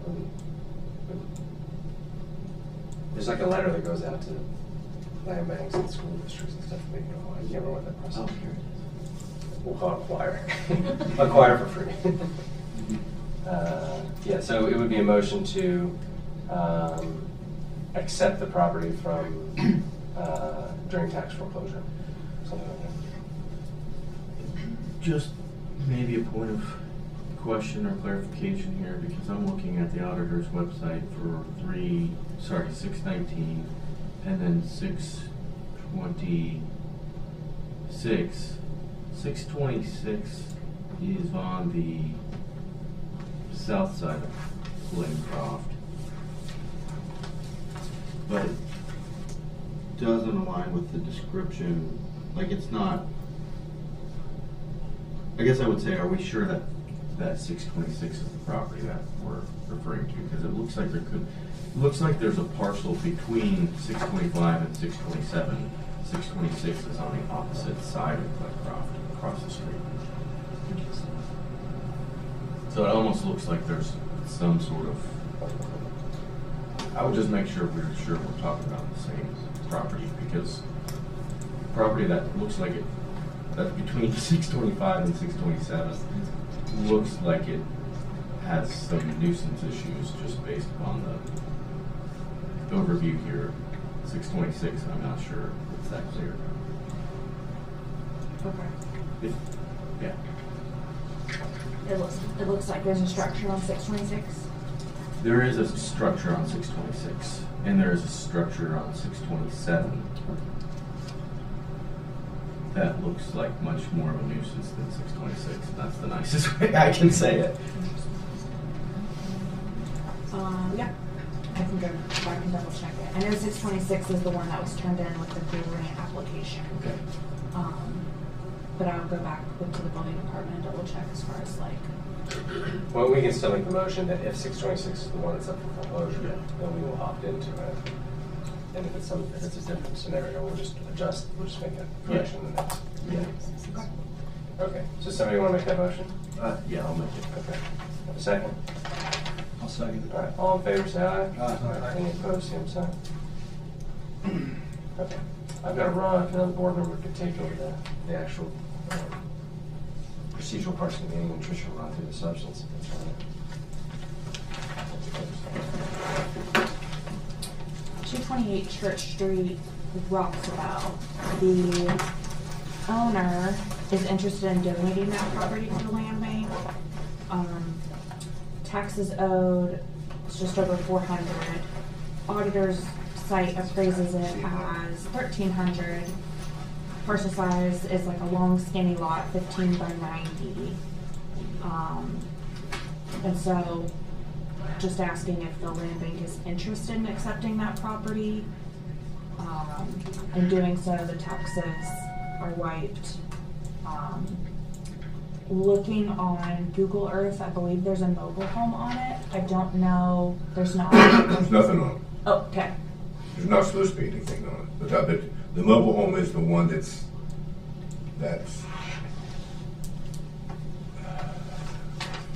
beside it. Okay. It's supposed to be beside it. Okay. Yeah. I know that there's been some issues, property issues in Roxabelle, so I wanted to bring it up for discussion. I don't know, you know, how the land bank feels about that or wants to do anything about that one. How about we say we'll do a title search first, and pending the results, acquire the parcel. Sure. It's like a 50 by 100 or something like 50 by 50. Yeah, 50 by I mean, 100. it's not big enough to build anything on. Okay. There, was the neighbor interested? The owner said that they reached out to the neighbor with no response. But we could also attempt, in the event that the land bank pursued it, we could also attempt to reach Just the because neighbor. one side of the neighbor, the people's been dead for about 20 years, but it's still in their name. Okay. Yeah, that sounds right. I say it's hard to be marketable too. Yeah. 15 feet wide. What do you build on it? I mean, it's not, you can't build on it. Do you mind if I comment? I don't care, I'm not part of the land bank anyway. I'm not here. 228 is one of those small lots, and then right next to it is like the 15-foot wide. That one's owned by a Larry Wells, who immediately. Lives in Arizona, that's the one that they. He's the one that. That's the one that wants to give it away. He wanted to give it away, and then next to that was the quarry property. Yeah. And they have been deceased for like 13, 14 years. Oh, you're about 20 years. And they're back, I think, like 1 in 11, 1 in 12 or something. Because we've had a nuisance complaint on this for quite some time. And You're about to get another one because I'm trying to see on the tracks down there. yeah, and they have three parcels there that I think is currently working through the foreclosure process. All of those together would be a nice. Oh, plus there's another one down there that belongs to a Millie Hatton. You still hear her name? Millie's been Yes, dead and for that's 40. Millie Hatton's been dead 40 years. Is that the one with the house that's been overgrown for? There's no Yeah, house. Millie Hatton, and that one's attached right to the quarry property, so that would be that whole corner. That's because she was part of the quarry clan. Oh, okay, there you go. And then on that quarry property, there is a home, there's a septic system that was installed, I don't know, I was involved in it, so maybe close to 20 years ago now. Probably And so. so that's quite a big piece on the corner that probably could, and there is an existing septic system. If it goes up for sale, I'd like to buy that and sell. Well, So I it's can run currently. everybody out of there. The quarry property at 224, those 3 parcels, that's one of the properties that we moved for default on last week. Yeah. So it's in the process. Well, it sounds like the land bank may have an interest in acquiring all of these parcels at some point. Once again, I think still with Roxabelle and some of the issues that we've discovered, I think looking at a title search first and then knowing what we're getting into and then proceeding. I can tell you what you'll get into. Because the properties down on that corner of Church and 4th Street is, some of them is owned by somebody who's dead, who's been dead for 15, 20 years, and some of them's owned by a son who doesn't have anything to do with it, and it has a grandson who's living there with a fifth wheel and no electric and no water. Yeah. Solid waste nuisance. We get complaints. I mean, we've had a complaint. We've got it at the prosecutor's office. So are we, Same thing with 148. 148, Yeah, are as you we said, wanting to complete a title, the land bank to complete a title search? Yeah, let's go See the ahead and make a results, motion to yeah. complete the title search on this, and then maybe revisit this next meeting, once we know what we're into, and then if we want to move forward, getting a hold of that Larry Wells and take possession. He's been wanting to get rid of that property for I don't know how long. Wow. I talked to him before. Okay. Lives in Arizona. Well, Yeah. he actually had 2 parcels he wanted to get rid of, and then I actually helped him facilitate. He lived next to a fellow I know in Union Township, the parcel, and they were able to complete a private sale on that. So this Larry Wells is pretty amenable to being easy to work with. Okay. So we'll do that and then report back at the next meeting on the design. Yeah, I'll second that motion that you made. And so that's just one of the parcels there on the corner. But what you described is of the 3 other parcels, those are held under a name or names who are now deceased, right? So what is the process for determining the title of the proper, who has claim on those properties now that the deceased landowner, that they're held by deceased owners? What's our mechanism for, or what is the mechanism for determining who has proper claim to that? Sorry, I'm looking at you. I don't know. You're the only one who seems like you might know. Yeah, as has been said, especially with Roxabelle, when so many of these things were platted out, it was people who were related, and then in that time, they've conveyed it to each other, and then one member of the family had died, and so it got reconveyed to another person in the family. When I was preparing for these, I spent a lot of time scouring for obituaries. So everyone has been identified in the title search, and I finally was able to track down everyone who might have an interest in this. As far as most of the notices of this haven't been published, so theoretically it provides a bit more safety as well, because we're letting the world at large know about this. But it's been a very, I hesitate to use this term, but I think the best way to describe the property interest around there has been incestuous. Just in that, I mean, there was one property, it was like the sister-in-law at one time was the owner, and she conveyed her interest to the brother. The brother died, a son predeceased him, so it all ended up going back to this relative, the sister-in-law, who like didn't even want it to begin with. So we were able to answer that question through the title search, and then going through some of the probate records and public obituaries and stuff like that, if that answers your question. It does kind of. I just think, to Trustee Bull's point, that that one small parcel is not something that could be developable, but this entire corner on Church and 4th would be if it were all compiled together, and the remaining parcels adjacent to the one I think we're discussing. It seems that the current title holders, or at least according to the auditor's website, are deceased, is our understanding. So what would be our mechanism to, rather than just have one 15-foot parcel, use the land bank to repurpose that property, which is currently, based upon the way it looks on the map and based upon Commissioner Lowe's feedback, is blighted, to say the least. to put it that way. Yeah, and that's one of the strengths that the land bank really brings to this, is that if we could get title to this string of parcels, then we could basically consolidate them. They would still probably be delineated as individual parcels, but having them combined under common ownership with, you know, a common house site or whatever on them. And as the health district has pointed out, that there is a functioning septic system on one. So it could be a good building site, good in relative terms. But yeah, being able to combine all of these under common ownership, I think would be the best way to go about really addressing the root problem here. Did you file foreclosure on just on one of those parcels or all three? All three of them. Okay. Each one individually had a tax arrearage. And then this small lot would be the fourth in this area we're talking about. Okay, so then should we amend it to target for acquisition that entire section of parcels? I would think strategically that would be valuable, because to acquire a site that's adjacent, that's unusable, that's adjacent to other sites, it seems better to tackle them all. Makes sense to me. And turn it into something that's developed. You want to make a motion, or you want me to? Sure, I'll make that motion to amend your motion, if you want to get rid of it. But yeah, I think we're on the same page. Okay, I'll second that. So the motion is to Acquire all the expand. parcels on this lot. Does the title search happen in the foreclosure process, or is that something that you want to pursue for each of those parcels?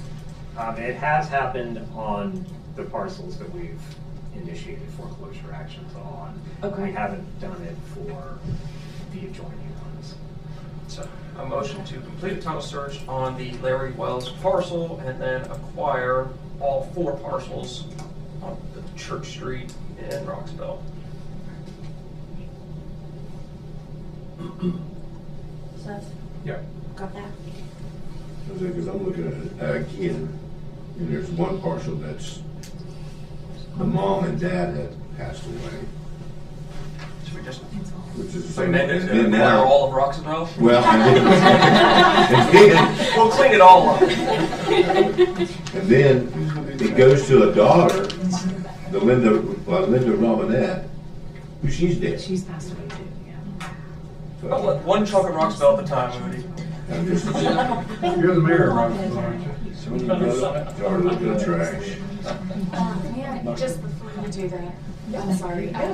So I really think it's very important that you get something in writing, even though this guy from Arizona seems like he's good to work with. You need something in writing before you go paying for title searches, is my first suggestion. I don't know if that's an intent to purchase, based on the, results of the title search or something. You want to do a purchase agreement. I just don't want to see you guys spend money if someone else swoops in and offers him to buy it now that, it's been publicly discussed. And I'm not saying that would necessarily happen on this particular one, but as practice, I think that that's in your best interest. Next is Medicaid liens. If everyone's dying, I'm assuming there's Medicaid involved somewhere. Normally you have to have an appraiser involved at that point. Phil Adkins has done a lot of work with us and with Benson and Moats to help clear up those properties. He's very, very affordable to do those, and he goes out, takes a picture, and basically says its lot value is $3,000, $5,000, whatever it might be. Because we've had several where the property was only valued at $11,000 for the sale, and it had a $300,000 Medicaid lien in it.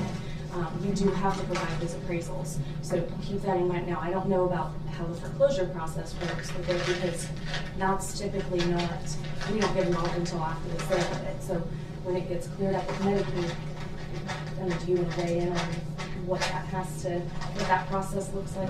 I didn't see any Medicaid liens on these, but it will be in a similar process. Okay.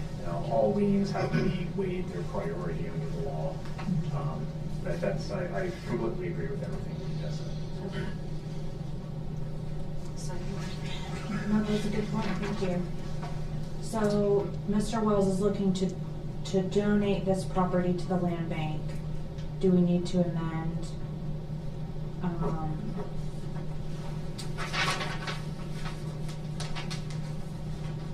we're not looking to agree to anything until we're certain about the title. So would you like to amend to get something in writing?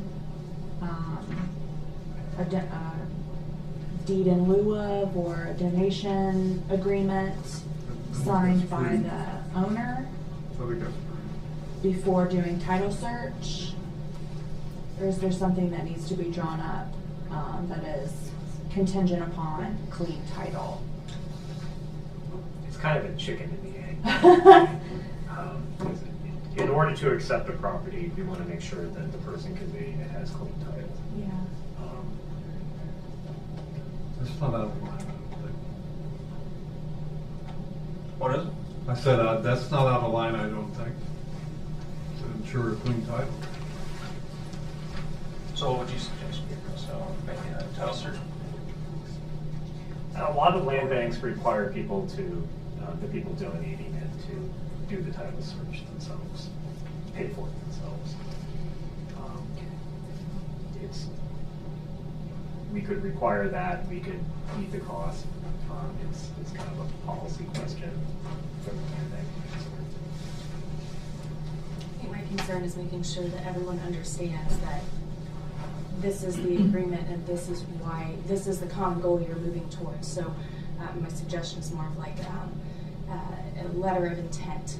So the intent is, once we meet these contingencies for whoever pays for it, you know, free and clear title as shown through Benson and Mose, as that's the exclusive title company used by, you know, the land bank, that then you would proceed, because we have had lots of issues with on our side with other title companies and problems, and I'm sure that, you know, Prospectus may be part of that, but we would, I think that you, for your purposes, need to have some type of a letter of intent that you can just use every single time. It could be a quick, easy one-page form.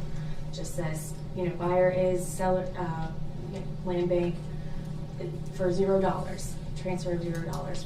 But just so you have something that says it's going to be title search done and within X amount of time acquired by the land bank, so that no one else can come in and just buy these properties. I mean, you're putting out public notices. I can tell you exactly what happens most of the time is you've got, you know, investors that'll look at those notices and they'll go try and make deals. Now, I don't care if that happens, but I don't want you to put money into something if that happens around you. We see it all the time. I think that's probably a good practice going forward, period. So maybe a motion to require a letter of intent prior to title search or any money spent for acquisition of property for the land bank. Yeah, I'll second that. I don't want to get in the middle of an argument with Uncle Bob playing a joke on Grandpa's giving away his farm. Okay. So that's just So I say that. a land bank policy, and then obviously we'll engage in that prior to a title search on this specific property. Any other comment on that before you vote?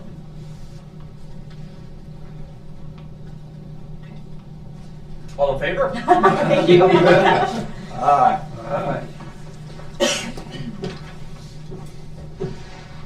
So the last item that I have is the expedited property foreclosures that Gabriel's office was interested in pursuing, and so.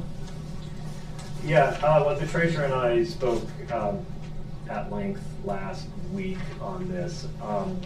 I've had some reservations about using the expedited foreclosure process, and just for those of you who aren't familiar with it, it's basically, it's an expedited foreclosure whereby delinquent lands that meet certain criteria go directly to the Board of Revision, bypass the court system. There has been, this is, in many parts of the country, this is a very hot political issue. There have been a lot of cases that have gone to the U.S. Supreme Court. Most recent one I reread this morning. It's from Minnesota, and I'm sure that most of you probably heard bits and pieces about it. But it was a situation where a little old lady owned a condo. There were 40,000 or so back taxes owed on it. It sold for 25,000 over the amount of the taxes, and the county tried to keep the money. And the Supreme Court said that they can't do that. That constitutes a taking.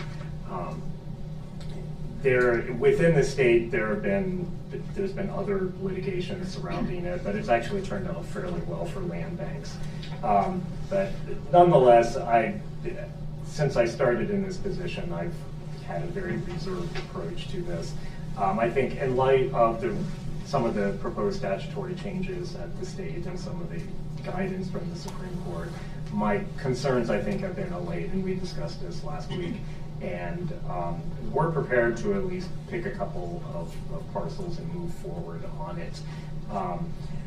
But the objective of this would be that the land bank would most likely be the best entity to then acquire these parcels for then disposal of some sort down the road.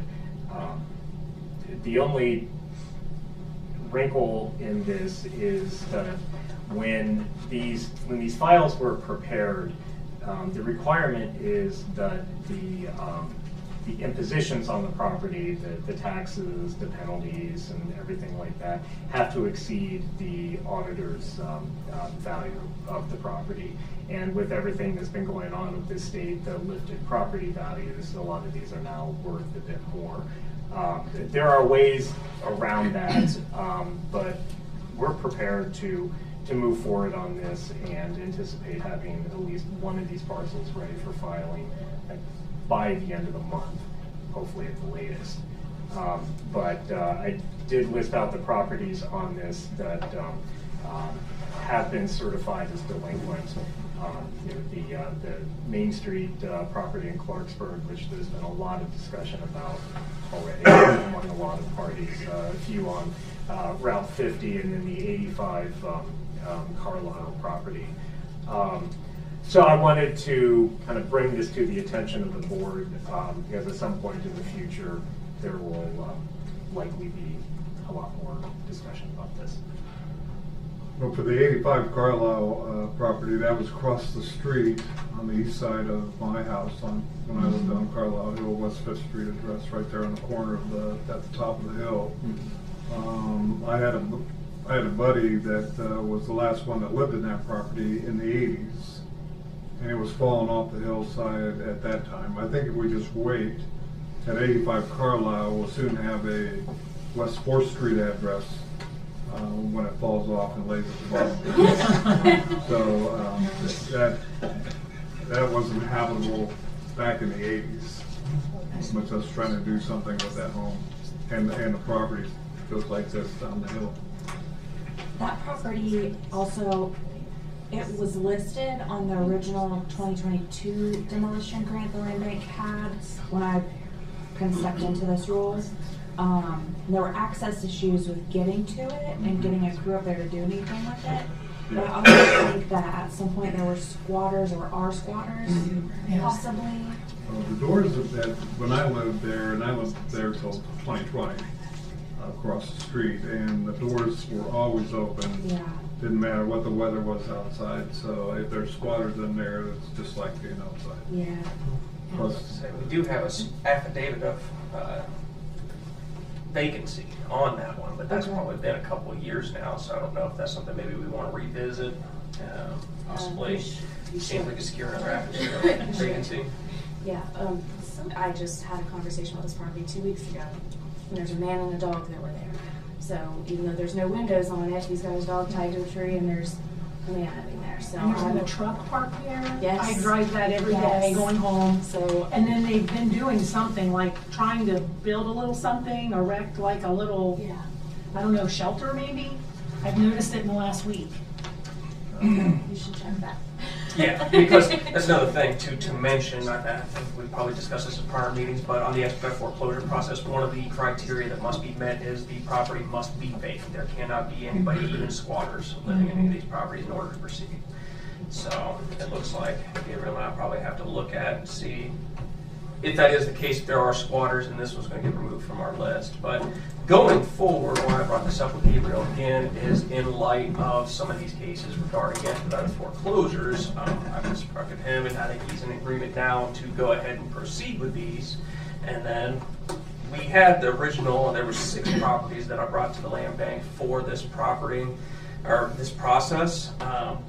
One of them, originally, we could not get an affidavit of vacancy on it, so we eliminated it, and now we're gonna revisit 85 Carlisle, which will leave those remaining 4 properties. But once these have gone through the process and we feel pretty good about it, I think actually I'll bring a list of potential acquisition properties to the next land bank meeting, and we can discuss those and see which ones we want to pursue, and then start continuing to have batches of these that we process through the expedited foreclosure process as a means of acquisition.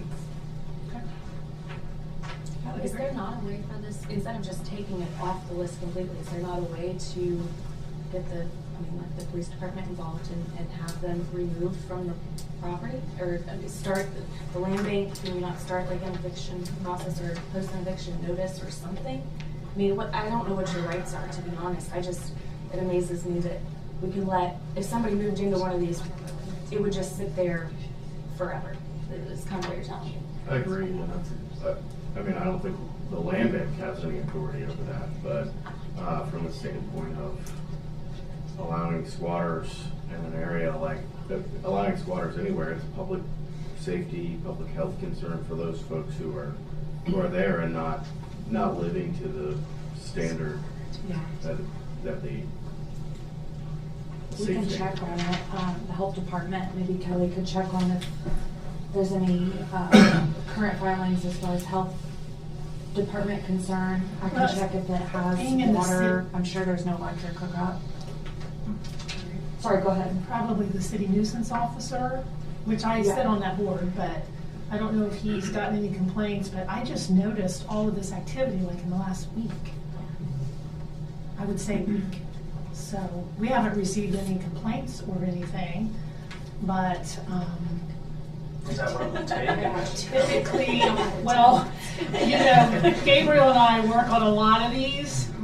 We don't really have a lot of power. However, I would think the city nuisance officer, I don't know, I can reach out to him to see if he's had any complaints or if he's been there to do anything. Sort of over hill, out of mind kind of affair there. But, Yeah. it's got a beautiful view of the paper mill this time of year with no leaves on the trees. I'll do some checking. I'll check on that one with the nuisance officer, the police department, and see if there's something that maybe could be done. If there are squatters there, what?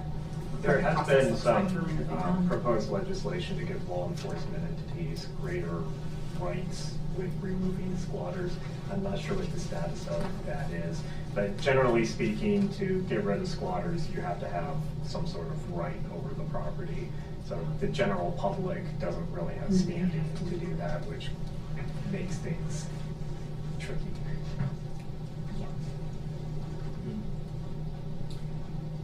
And just doing some quick checking on these this morning. It looked like 35561 US 50 was paid up, and so I don't know what it looks like to do an expedited foreclosure when there's not a balance, but I just want to bring that to your attention too. We'll check the files. Okay. And get an updated accounting for everything. Yes, if it's been paid up, then obviously a foreclosure. Okay. is The not- others were pretty substantial, but, so just to note on that We'll one. check on that. 355. Why didn't? Really whittle away on that batch. Should be easier, man. Not at all. Sorry, and you're welcome. Okay. If that one solved itself, that's good news. Just for sake of mentioning while we're all here, the Ohio Land Bank Association has an annual conference that's being held at the end of April, and it's in Columbus. So it's like a 2.5 day. You can, if you're interested in attending, you can register for that online through the OLBA site. You can purchase the entire conference or just a day or a half day or something. For those that might be interested in attending or learning any more, they've got their session info up. I'm planning to attend. The one that I did attend was great. It was very educational, and there are policies and things that are constantly changing with all of this. So if you're interested, just some food for thought. Any other new business that anyone would have? I think First Capital would like to discuss re-upping or extending our listing agreements with the Okay. land bank. And I know I attended the January meeting. Unfortunately, I wasn't able to be here for the February meeting. And in the January meeting, I think it was January, the last meeting I attended, we had discussed maybe increasing what you were going to offer a buyer's agent to a flat fee. I don't know if that ever went any further at the following meetings. We didn't meet in February, Okay. so there's not been any other discussion about it. So if you'd like to kind of maybe just give an overview, that might be good. Yeah, so the listing agreements that First Capital has with the land bank is that we're doing all of the advertising, whether it's online or with the yard signs, we're doing that completely free. We are advertising all of the active land bank properties.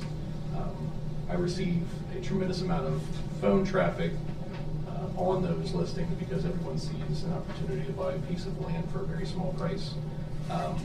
The land bank had agreed to offer a buyer's agent commission of 2% of the purchase price on these. With, in the last meeting we were in, we discussed the changes with our industry and how buyer's agent commissions are advertised. That has changed. So now it's no longer publicly advertised that there is a buyer's agent commission. Because of the small price point on these, the amount of work that goes into it on the buy side ends up being very minimal. Just for example, on the Prospect one, I think it was a $3,000 purchase, if I remember correctly, at 2%, leaves the agent who is writing the offer very small amount at the end of the day after all the transactions with the brokerage. So I had proposed maybe doing a flat fee as opposed to a smaller percentage. I don't think that flat fee has to be very large, but just something that would maybe make it worth an agent's time to write an offer for these properties. What is your suggestion on that? I believe the last time we were here, we discussed, I think, a flat fee of $250 was the amount that I had proposed, and that was just kind of something to throw out to see what your guys thought were. Obviously, on the Prospect one, with the issues that came up, no one saw those coming. That's going to cut into your guys' takeaway. So, again, it was just something that may help incentivize someone to write an offer on these, or to help write an offer on these. Because right now the buyer's agents aren't making very much money at all. I've got no problem with that. Yeah, I think it's fair. So I guess not like all, like this 52 Western offer didn't come through an agency, didn't come through a realtor. So not every sale, I guess, would that pertain to every sale? Just the ones that come through Correct, yeah. an agent. If someone's writing an offer for themselves, or if they're having an attorney draw it up, I mean, they may be paying an attorney themselves, but there would not be a buyer's agent commission on something like that. This would only be for properties that were purchased through a real estate agent.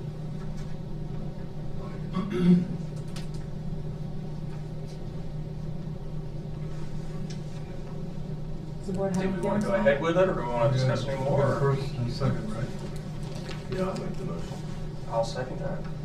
So, to include a buyer's agent commission of $250 on properties that are listed by these guys. All in favor? Aye. Aye. So if you can get us updated agreements for each property? Yep.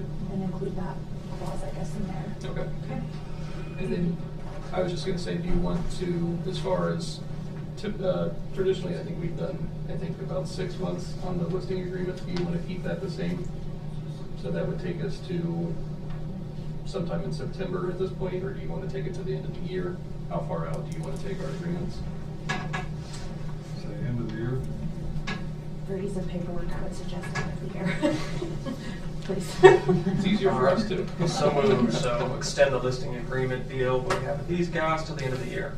Does it make sense to look further than that? Is that something you all are interested in, or that we might be interested in? If it's something that rolls over and it's a bunch of paperwork for them and for us, then is there benefit to extending that? Do a full 12 months, 24 months, what are you thinking? I don't know. Just throwing the idea out, okay. Yeah, I've got no problem with that either. Well, I look at this as a test drive with the compensation changes that the National Realtors Board has introduced this year. Actually, it was 2024, wasn't it? But, you know, this is kind of the test drive for that. So 1 year limitation on this, just to do another pulse check. Let me stop you. So that's two different conversations. So the listing agreements, you can change the commission that you want to offer. We just need the rights to advertise them. So we can edit those listing agreements if it comes to a vote and something needs to be changed on that.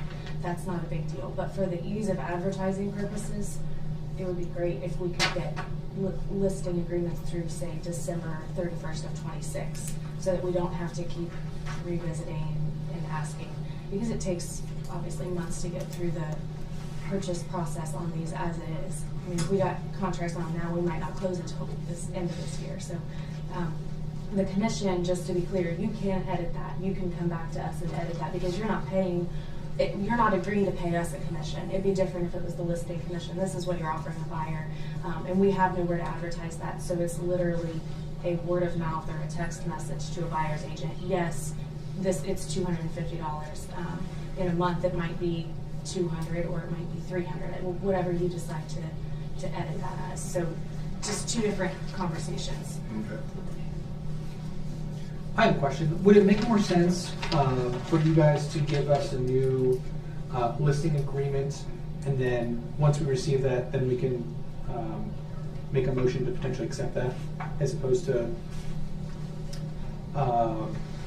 figuring out if it's 12 months or 24 months, something like that?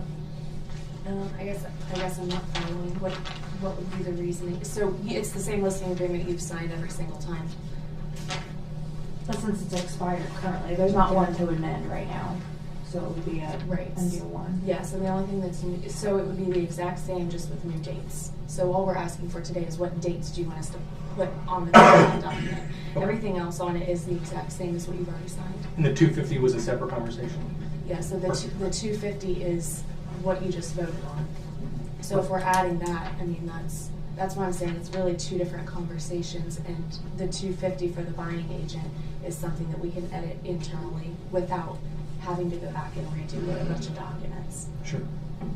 Sorry, I didn't mean to throw gasoline on that part. No, it's okay. It gets really confusing if you don't do it every day. So. I think I'd be more comfortable with leaving it at like either the end of this year or a 12-month contract, just so that there's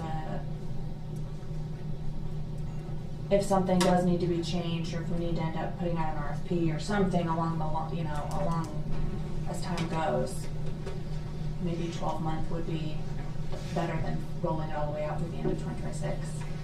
But that's just my thought. I think it's irrelevant to us, really. Yeah. True contracts, so kind of a joint, but. Well, I mean, I'm the new guy, so there's still a lot I have to learn here. But what I'm seeing is that you all provide a great service to the land bank, not just in what you're doing from the standpoint of marketing these projects and your other aspects of it, but even just in these meetings, the consultation that you provide really supports the efforts of this group. I'm fine with what Tricia's just said, but my concern would be making certain that you all are compensated to at least cover the costs of what you're doing to support this commission. I think is what I would say something that we'd want to achieve. Well, we appreciate that, but so to be clear, that $250 commission does not go to us. That would go to a buyer's agent. Sometimes we are the ones that write the buyer's offer. agent is yeah, separate so that from goes that. to the Right. buyer's agent.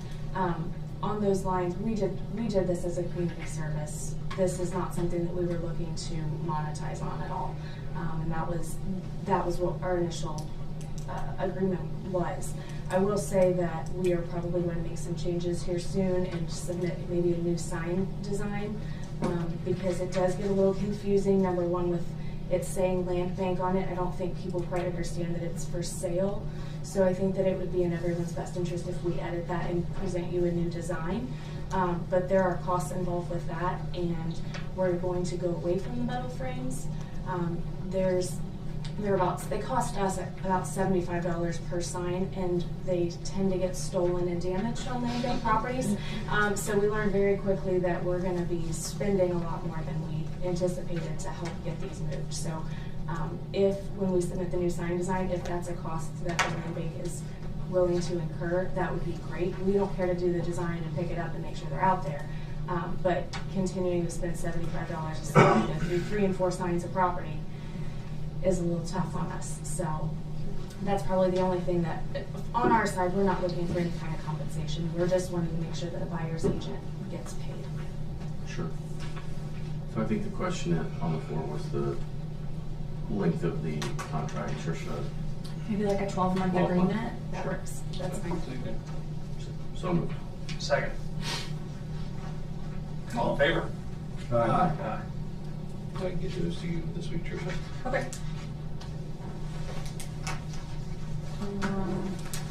The next meeting, we've been doing every other month, so the next meeting would fall in May. Is there a Monday, maybe the 19th or the 26th, towards the end of May? Wait, the 26th might be, yep, about Memorial Day. that one doesn't work. How does Monday morning of the 19th look? 10 would be great if it works. The 19th of May at 10 a.m. Okay. Motion to adjourn. Second. All in favor? All opposed, aye. Somebody go. I just like all go.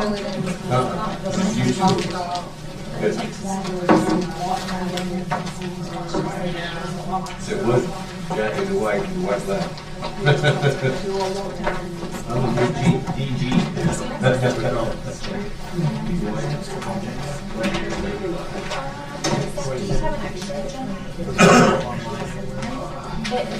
I can. I would have 3 or 4. We meet every other week.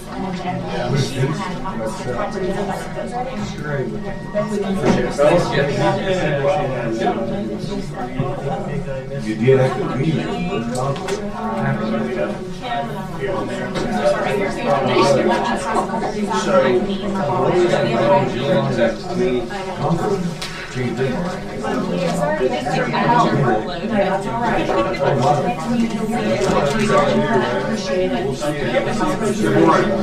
That's what said. We'll find out.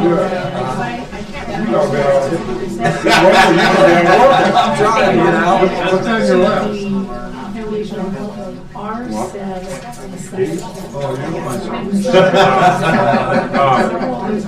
I need about 1 minute. Yes, really. That's all I need.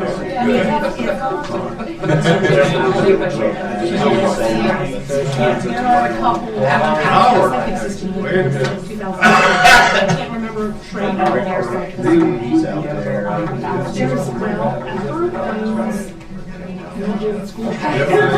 I emailed it to you. Southern Ohio.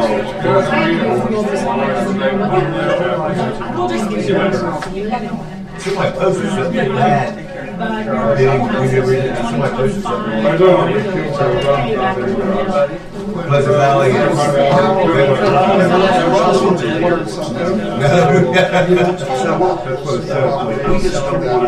We don't want it. No. They may have come from the other side.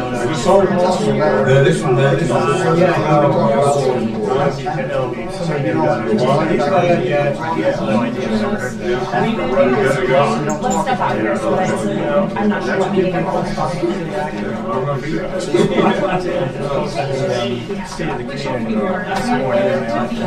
I had said before. That's right. And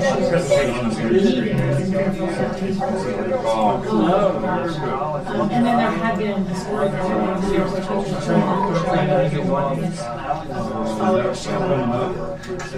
Should be another level. Yeah, that's part of it. So we got going on today, Joe? I was gonna make sure that we're You were here. We suggested her to. They're here now. I think I got the emails that I was Yeah, I seen them out there. I see kids, I see Tiffany in there. We set that up a couple of years ago. So I just want you to be aware.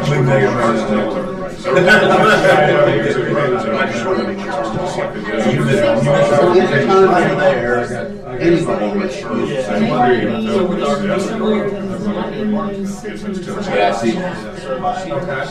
Yes. I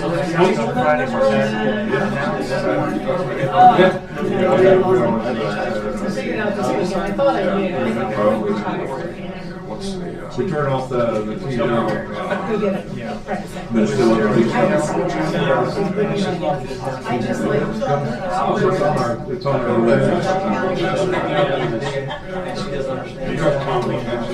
We don't make any decisions. They're on our agenda.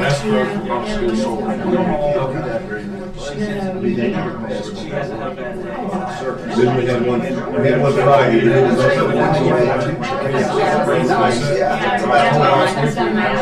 had one Friday. Then Retired. Is this second year? Was that what you hinted at in your So, a friend that said, hey, I'm working for, I don't know why I said that, we have many schools. And that was on camera.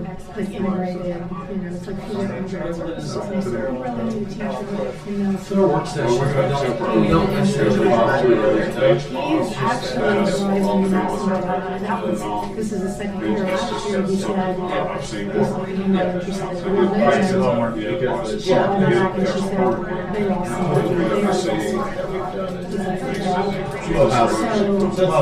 housekeeping and stuff like that, but we don't vote on anything. We don't vote on anything. If somebody wants to come in and bring something up to us, He's also, make sure I'm not missing anything. Newsworthy. Jobs in public schools. Usually at that point, we take it to a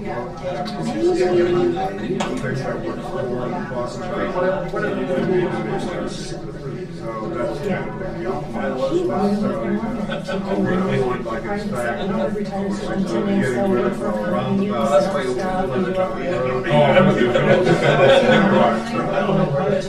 I just I'll look and see what I can dig up on that. I'm trying to think where.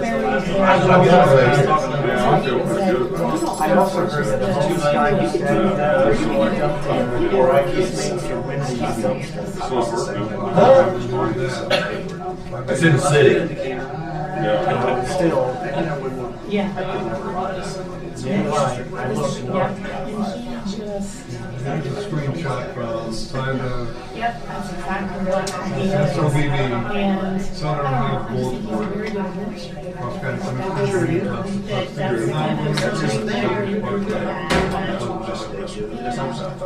Developer wanted to improve that intersection, or Signal roundabout. That plan was not.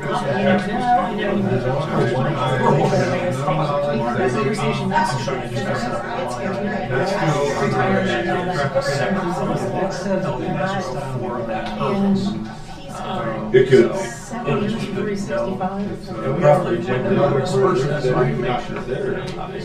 As you know, I invest everything I do. We haven't rejected it or. I just need to know about the disbursements. There's no factual thing that people say they're looking to make up for. Well, actually, Because I have this all set up, it's a giant spreadsheet, which money goes which way, what kind of timelines I have for maturity, things like this, to be able to cover these, so this is really, chances are, I don't see spending dollars on maturity.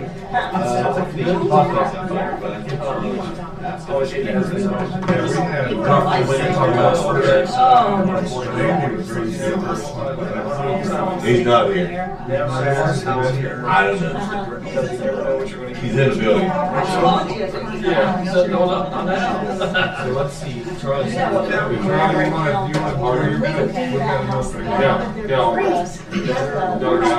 Yeah, you might have. Hey, we can have quiet in here. Thank you. Hey, order. Good to see you. Yeah, thanks for giving me a minute. I've worked in an agreement with National Grid out at the Buckskin Solar Plant. They're willing to pave our portion of Lower Twin out there between Rapid Forge and State Route 41, and also Buckskin and Paint Townships, Rolfe Road, connecting 41 and Rapid Forge also. They will hand deliver the checks within the next week to 10 days. And I assume that you'll agree to do just what you did up at Yellowbud. Once those checks are given, you'll release the escrow account. They did a tremendous job.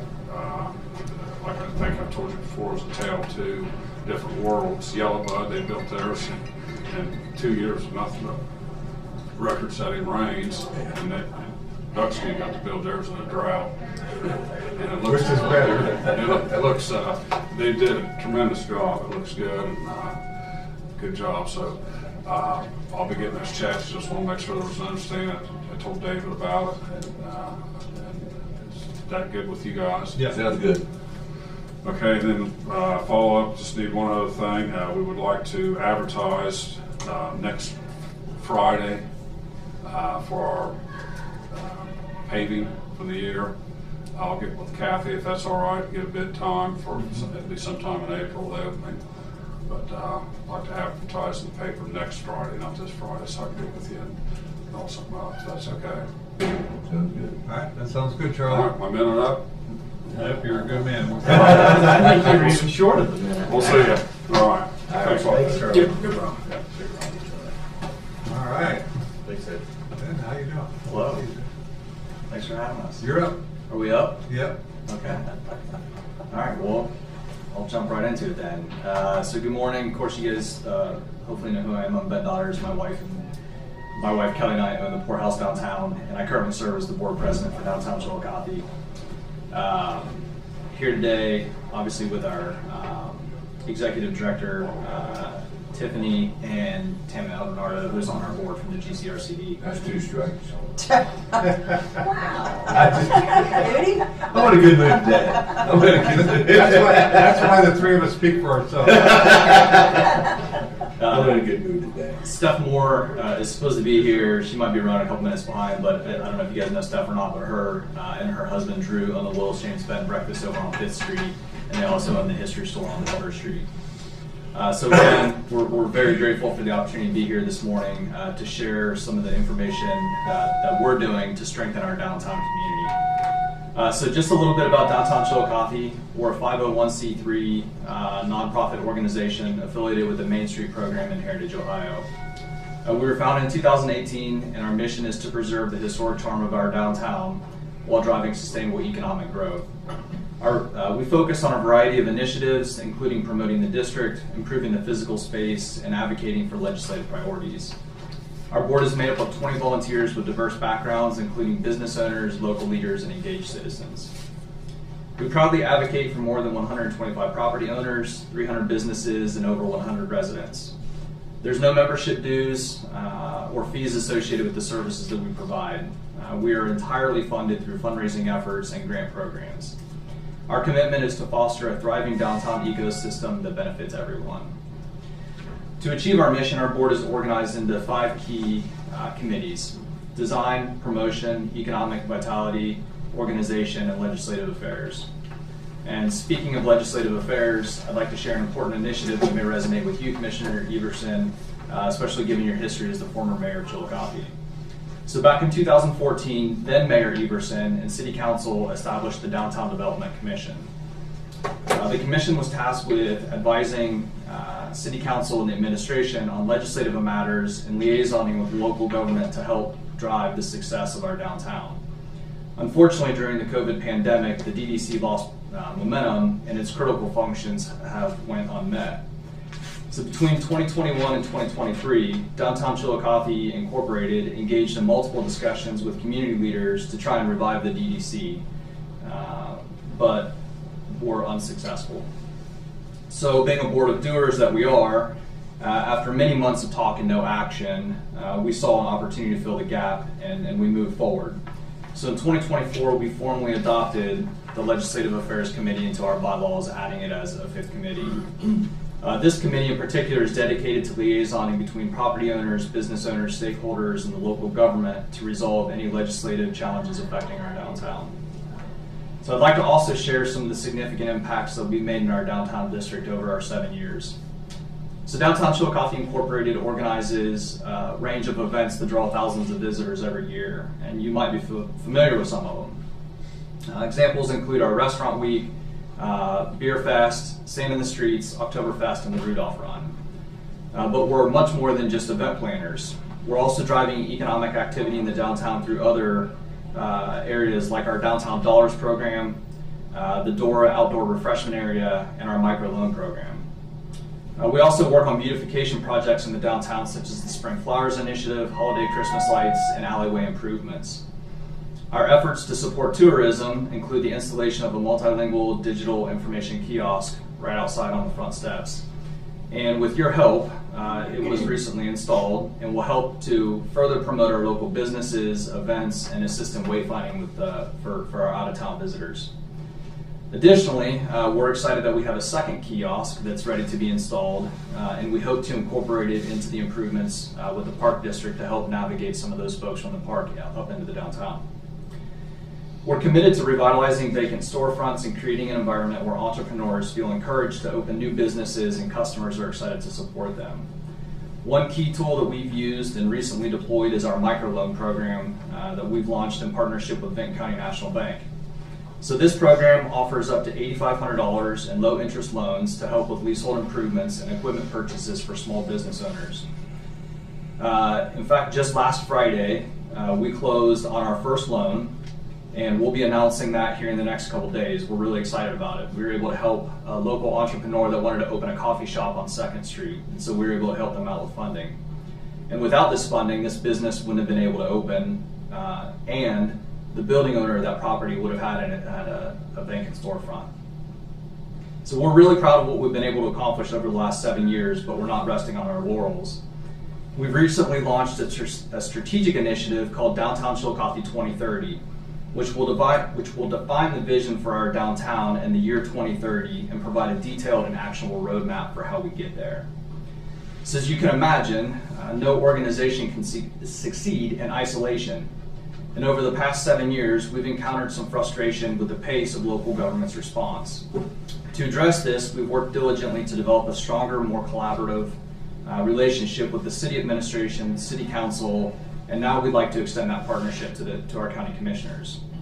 One way we're doing this is by offering a formal board seat to each of these local government entities, ensuring a seamless partnership as we move forward. So before I close today, we'd like to make 2 formal requests. The first is we'd like to invite the Board of Commissioners to appoint one of your members to serve on the board of Downtown Chillicothe. And the second request is we kindly ask you to consider future support through county funding to help sustain and further the operational success of Downtown Chillicothe Incorporated. So thank you again for your time and attention, and we really look forward to working with you guys to build a stronger downtown and a more vibrant community that benefits all of Ross County. Okay, do you have a dollar amount in mind for the contribution? So Frankly, I thought it would be a little inappropriate to come today and ask for something. We really just wanted to open up the conversation, open up the dialogue, and hope to build a better working relationship between what Downtown Chillicothe is doing and the county commissioners, so that in the future there'd be the possibility of you guys looking at that. The way that we budget things now is changed, and we look at like a cause and effect for justifying an amount to go into an account that gets the job done with the project in mind. So it would behoove you to come up with what you're going to use that money for and come back to us and let us know that.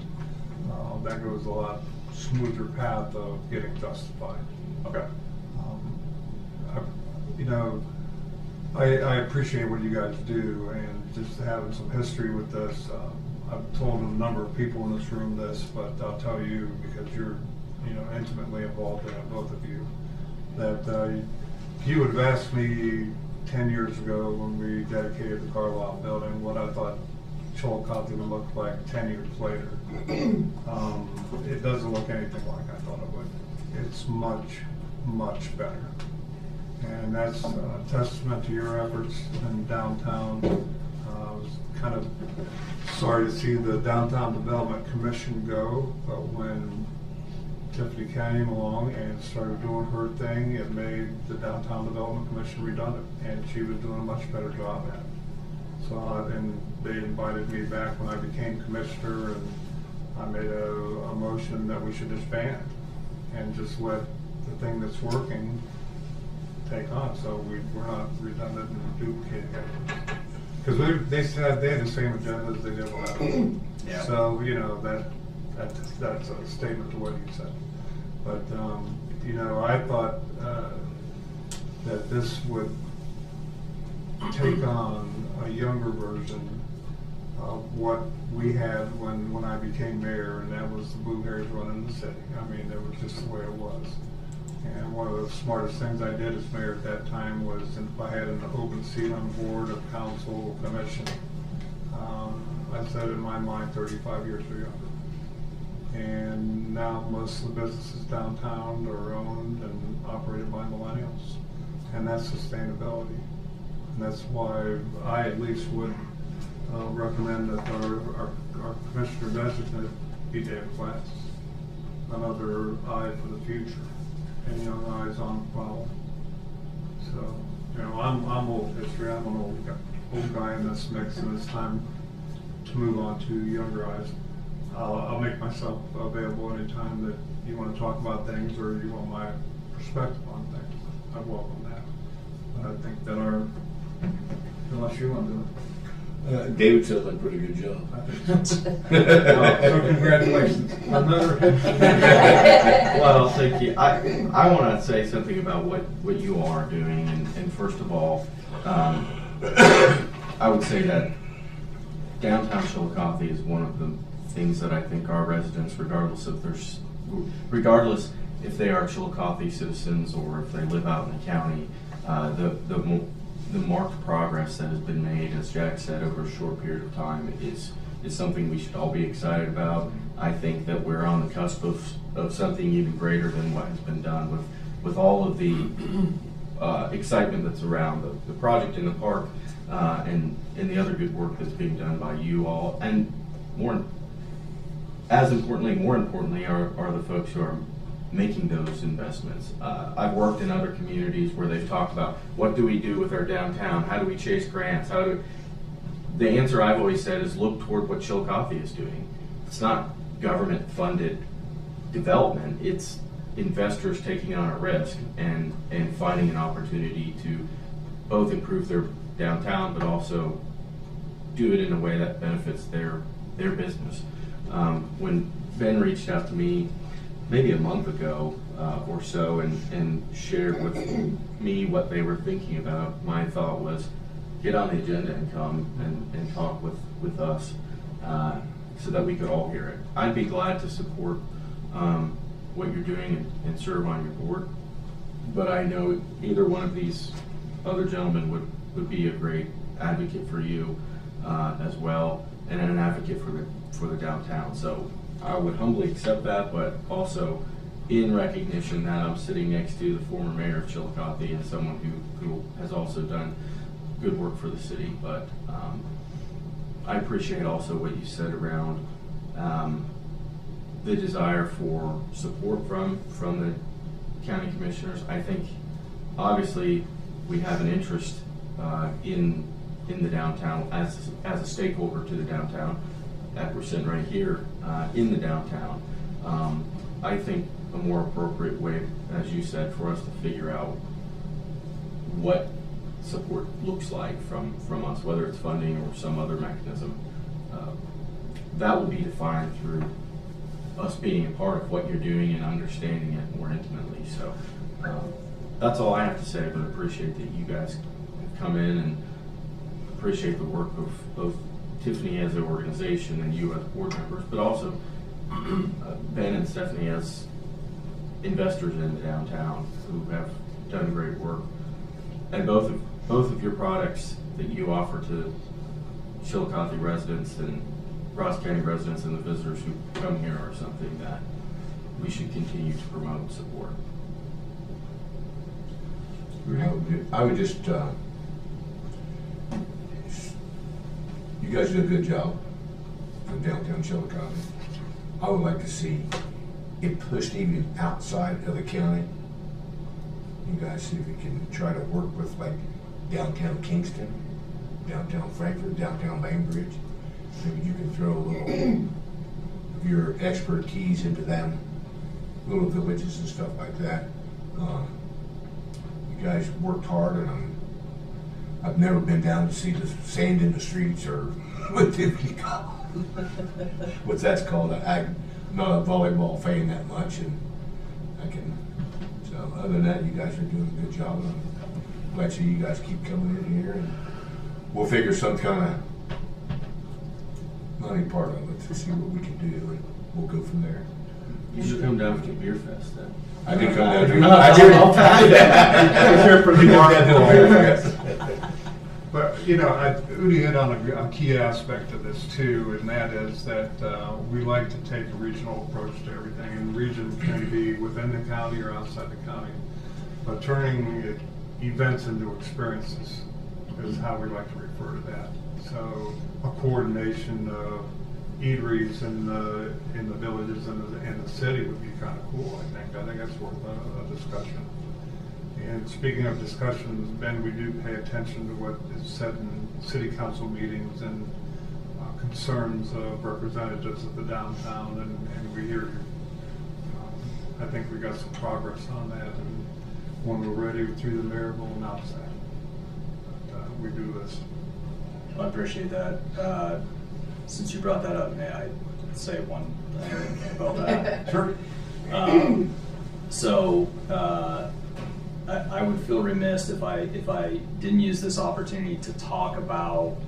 I don't want to talk about the visitor center. I don't want to talk about roundabouts. I don't want to talk about any of that. But what I do want to talk about is, I think as a community, we'd be remiss if we missed the opportunity to leverage every dollar of the money that is being invested in our community to not use it as an economic driver.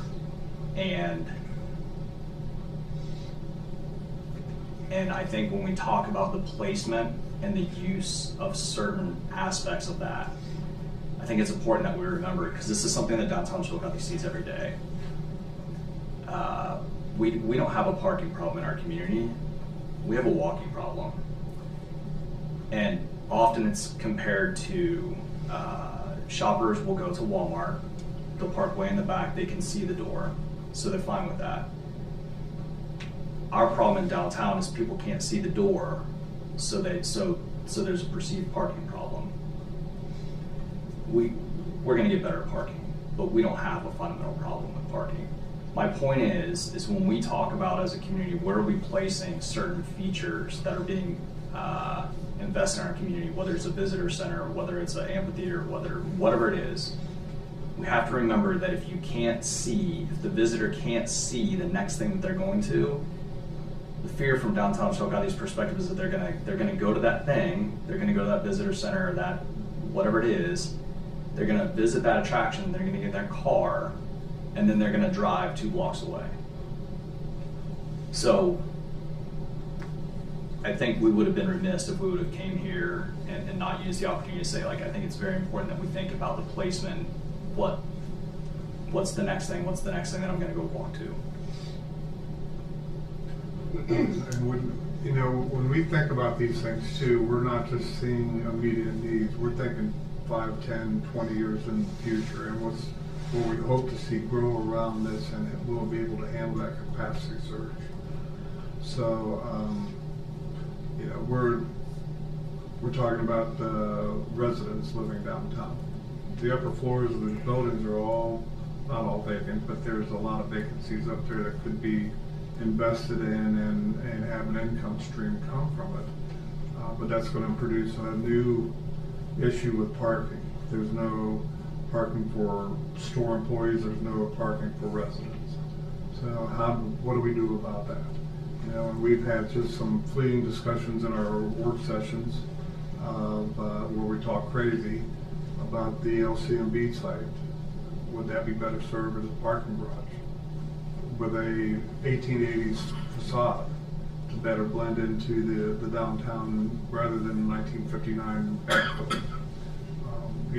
We have more capacity we need for the county and city jail. Should that go out on by the fairgrounds and that be remodeled into a parking garage? So we're always kind of looking at things. We don't have a parking problem now with the 2,500 spaces we have in the 8 historic blocks. We will have in the future, and we have to accommodate that with future thought. So those are the kind of conversations that we have during our work sessions, and what we're going to do with existing assets, in addition to how much it's going to cost and what is it going to look like at the end. I said, you did hit the nail on the head when you said we don't have a parking problem, we have a walking problem. Mm-hmm. That is. Nobody wants to walk anywhere. If I don't park in front of if I don't park in front of the pump, you're not going to get up. Right. They're going to drive right on by and go to the next one to see if there's someplace instead of walking.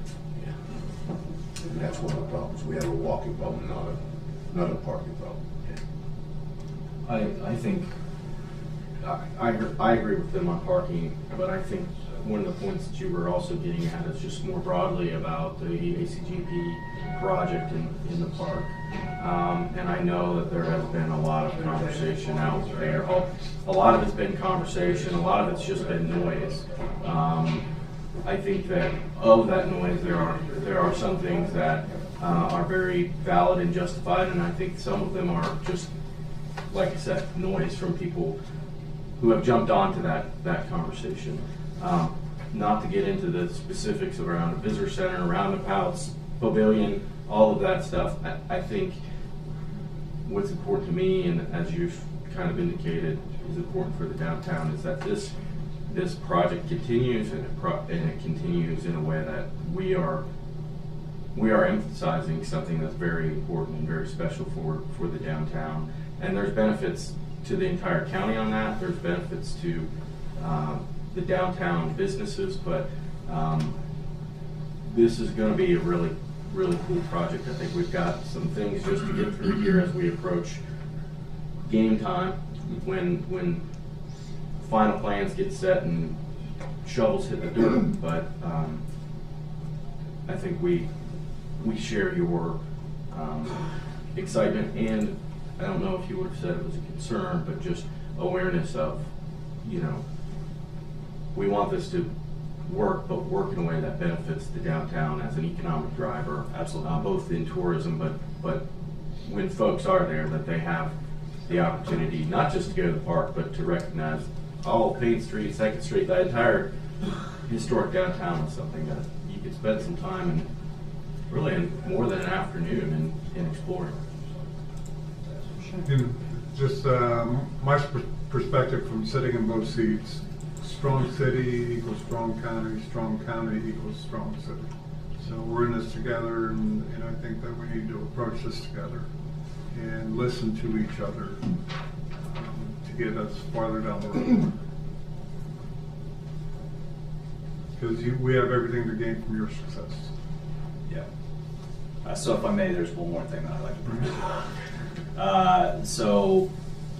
Again, I think this is something that we have just kind of all started to discuss this morning. That came out of last Friday morning's State of the Community Address. The closure of, so forgive me if I'm misspeaking, because I think we're trying to process some of the stuff that was said, but it sounded like there's going to be a closure of Bridge Street southbound traffic for a period of time during that construction process.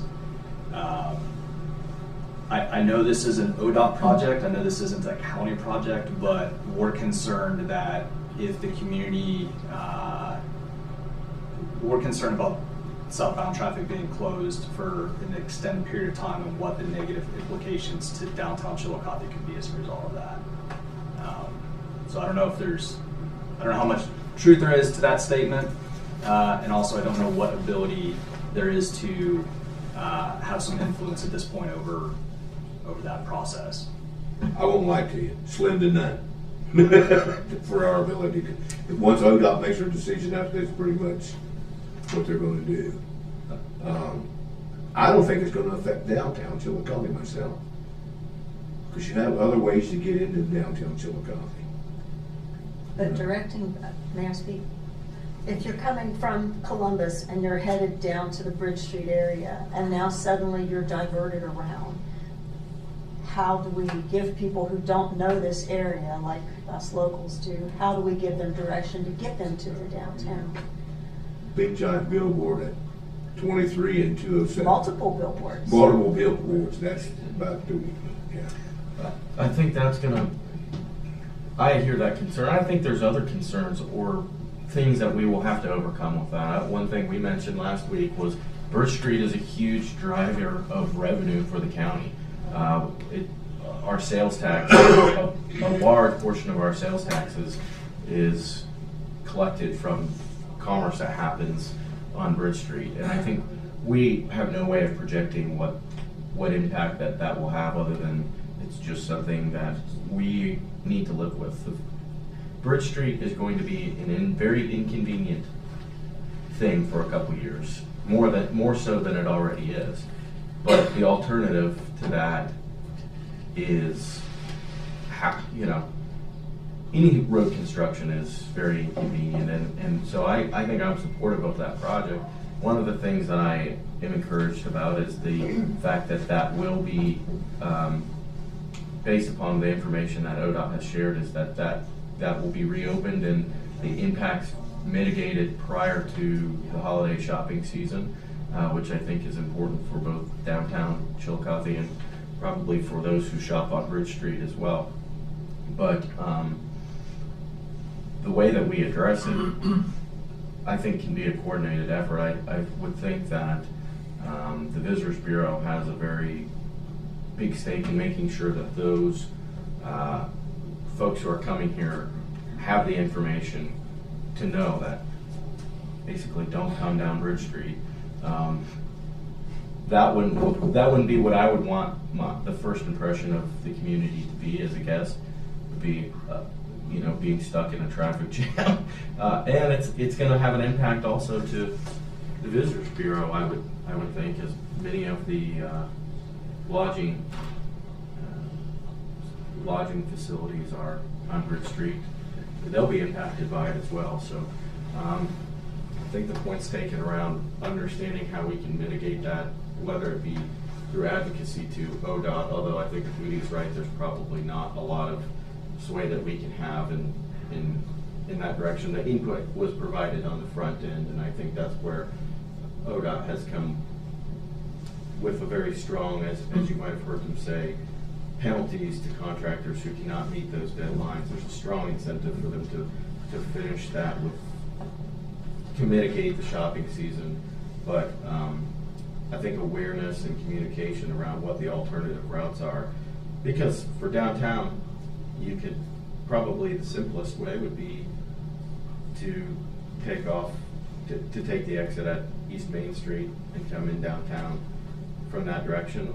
The alternative to that for visitors who would be here for the Hopewell Center would be take the 207 exit down 104 into downtown. So I would be glad to participate both in my new board role with downtown Chillicothe. That'll be your first assignment. Especially with the Visitors Bureau as a coordinated effort to make sure that folks are aware of the traffic implications of this and offering a solution to those who may be coming to visit. I think you'd even make an opportunity out of a challenge by saying that if you're tired of Bridge Street traffic challenges, come see us in downtown Chillicothe and see what we have to offer, or something like that. Good point. I mean, just turn a negative into a positive. Sure. And then provide the routes to get there. So I think that communication will alleviate a lot of this. Okay. Sounds good. Well, thank you again for your time, and David, we'll see you on the last Wednesday of Thank you Thanks very for much. appreciate everything. Or with that time. Thank you, guys. Thank you. Thank you. Thank you. All right, see ya. See you. Yeah. So I'm not doing I'm gonna put you guys out there now. No fire.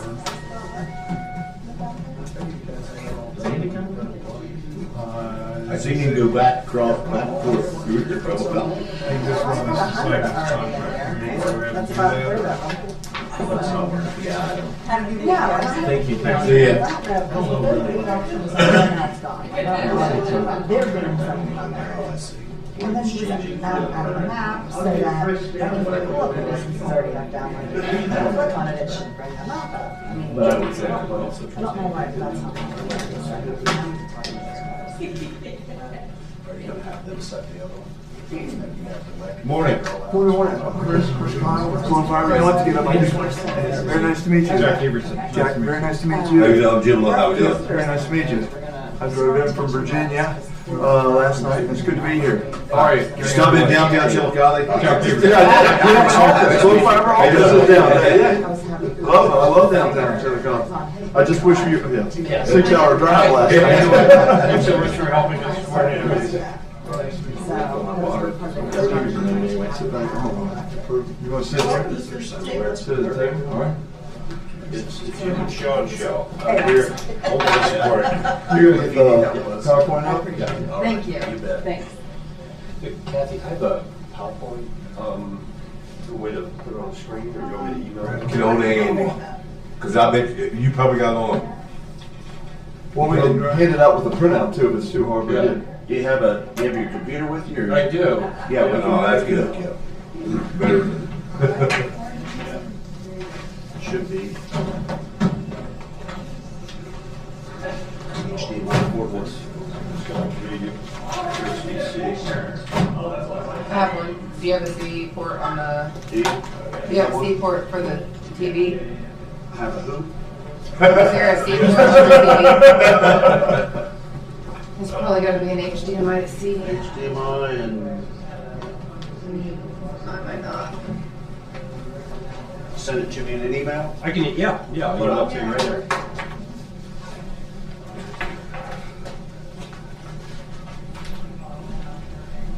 Tell me when you're ready.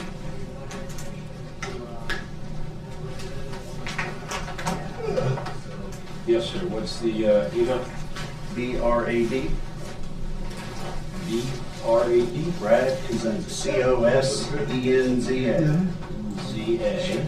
At RossCountyOhio.gov. All lowercase, only dollars and .gov. Brad Cosenza, RossCountyOhio.gov. Yep.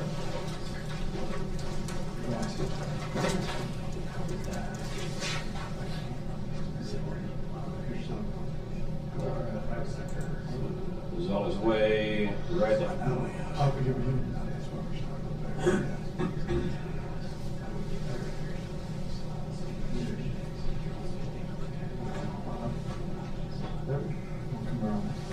Happy St. Patrick's Day for this country. The only time to wear the greenish tie is today.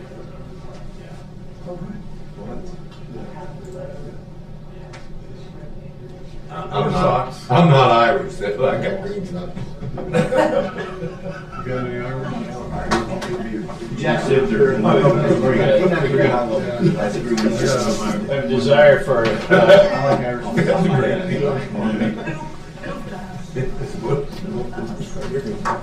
My dad's full-blooded Swede, and mom is half German, half Irish. And my DNA's in a hell of a mess. I'm just, that's committed.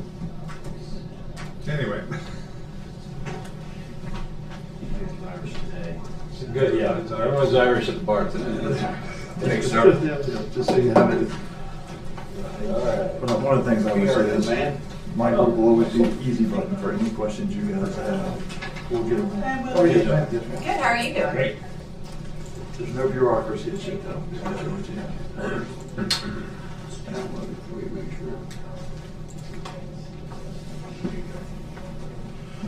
You want to be in the center?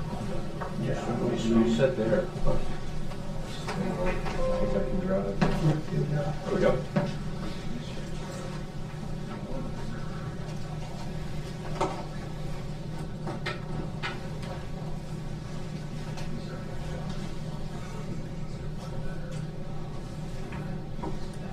Okay. You keep going? You want to take it, please? Is it okay if we jump into this? Yep. I hope this is informal. I hope this is a dialogue. We've got some things here that we think will be of interest to you. Stop, me from talking, interject at any time. I want to say thanks to Gary for setting this up. It's good to be back here in Chillicothe for sure. So what we want to talk about is this grant project we've got in the county, in Ross County. And, I drove in from Virginia, and we've done a lot of grants in other states. One of the essential parts of us doing grants is the communication we have with our municipal partners. And I don't think a lot of that's happened, but that's okay, because Sean will talk, the construction's kicking off, and so you haven't missed much. We've been doing a lot of permitting, but there's a lot of good news here. And with our construction activity, normally people are going to start picking up the phone. You might see them on the street. They may ask you questions. We want you to be informed of what's going on, and then I give you my card. You can call, ask us any questions, and we'll get you the answers. That's the purpose of today. All right, really, really important. So we thought you might want to know just a little bit about us. And I want you to jump in too, Gary. Yeah. Sure. I'm Gary Underwood. I work with Glow Fiber as a consultant. I'm based in Columbus, just down the road. So I want to say thanks to Kathy for setting this up and taking all my emails and calls and helping us get in to meet with you today. So very informative, just to tell you, it's probably some of the things you already know about the company. 123-year-old startup now with the Horizon assets and plus Shentel, now known as Glow Fiber. So really building out a ton of fiber to the home. We'll talk a lot about that in what is the HB6 build, which are the state subsidized rural broadband construction grants through Broadband Ohio. If you're familiar with the Department of Development, Broadband Ohio is a function of that. The grant program exists to provide that gap funding, that subsidy to make a project more sensible for a business like Glow. So adding that little bit of value in the form of a state subsidy allows this company to reach out to unserved and underserved residents, people that likely would never meet a business case to get broadband to their homes. That's what that program does. This piece of it is to tell you what Glow is doing to enable that construction and to move forward to get those people connected.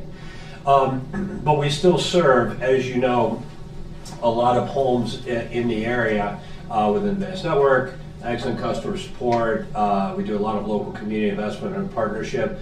1,100 employees across the enterprise, and about 346,000 plus homes receiving Glow Fiber. So I was just going to say, we have a store downtown. It's not going anywhere. You've probably seen the sign change to Glow. A little bit of confusion. Our corporate name is Shentel.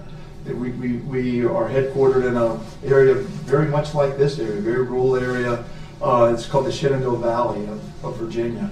And so that's from this 100-year history how you got Shentel, Shenandoah Telephone, if that makes sense. But the brand name, as we've evolved and migrated, your customers, your citizens, our customers, your citizens, are going to get is Glow Fiber. That makes a lot more sense than having to explain what the heck the Shenandoah Valley is in Virginia. So you've seen that change on the storefront here downtown. You got this one? Yeah, thanks, Chris. This is just sort of continuing the conversation we were just having about, Horizon and, these brand names, they always change, but, really nothing really changes at the customer level. It's fairly transparent. It's the same folks that you're seeing at Walmart with their names on their shirts. It's just a different logo above the name. And so the Horizon transaction last year sort of, kind of enables a lot more fiber connectivity in Ohio and the rural footprint that Shentel Glo Fiber has. Offices in Columbus and Chillicothe. It's a business office mostly in Columbus for commercial customers.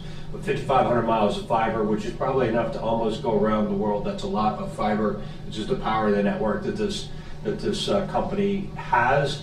Fiber first strategy, and you'll see now in the what we're calling the HB6 build areas how that's going to really be implemented deeper into the county areas. The only thing I'd add is we'll go light on technology. We can dig deeper into technology for you, but this fiber topic is a big deal.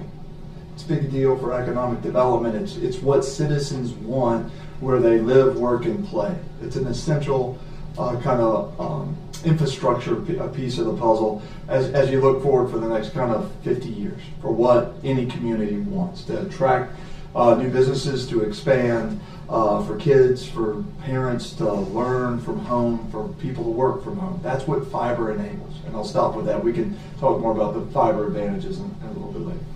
Right. And this is how the network actually looks on the map. From Ohio all the way down to Virginia or Delaware. This is what the regional fiber network looks like, and you can see boxed off there is sort of where our majority of our Ohio operation is located right now. Any questions on this before we move on? This is not an island for us. It's contiguous as we've expanded west. That's important because we build these networks, but you got to support them with people, and we have lots of local employees.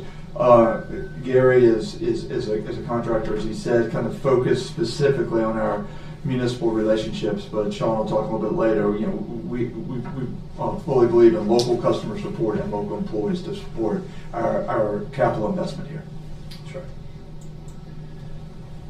All right, and here's the project that we mentioned, and I'll just kick this off, and I think this is probably where Sean will want to talk a little bit about what they're doing in terms of construction. But across we've been sort of sharing this across both counties the last month or so. So this slide kind of combines Fayette and Ross. So about 861 homes will receive, we're getting a subsidy to build out to those. It's about 80 fiber miles, which may not sound like a lot, but it is a ton. And one of the things to know, which is really interesting about these projects, you'll find out when we submitted this grant now probably 2 years ago and we're awarded it, there will be other homes that have popped up in these neighborhoods since the grant was approved.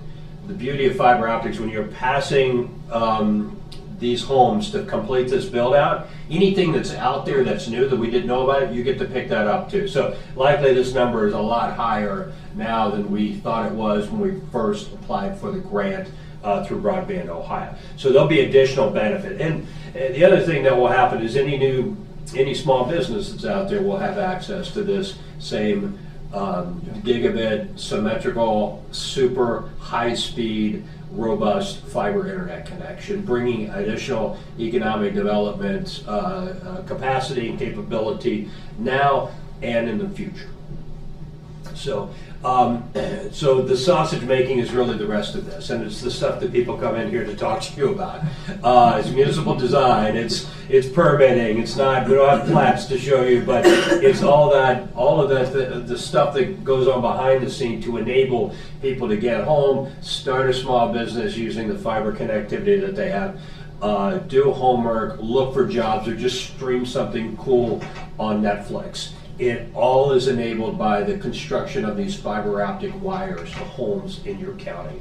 So The team here and many, many other people behind the scenes that are not here with us today are handling all of the, the planning, the workflow, getting the things together that enable you to complete the work.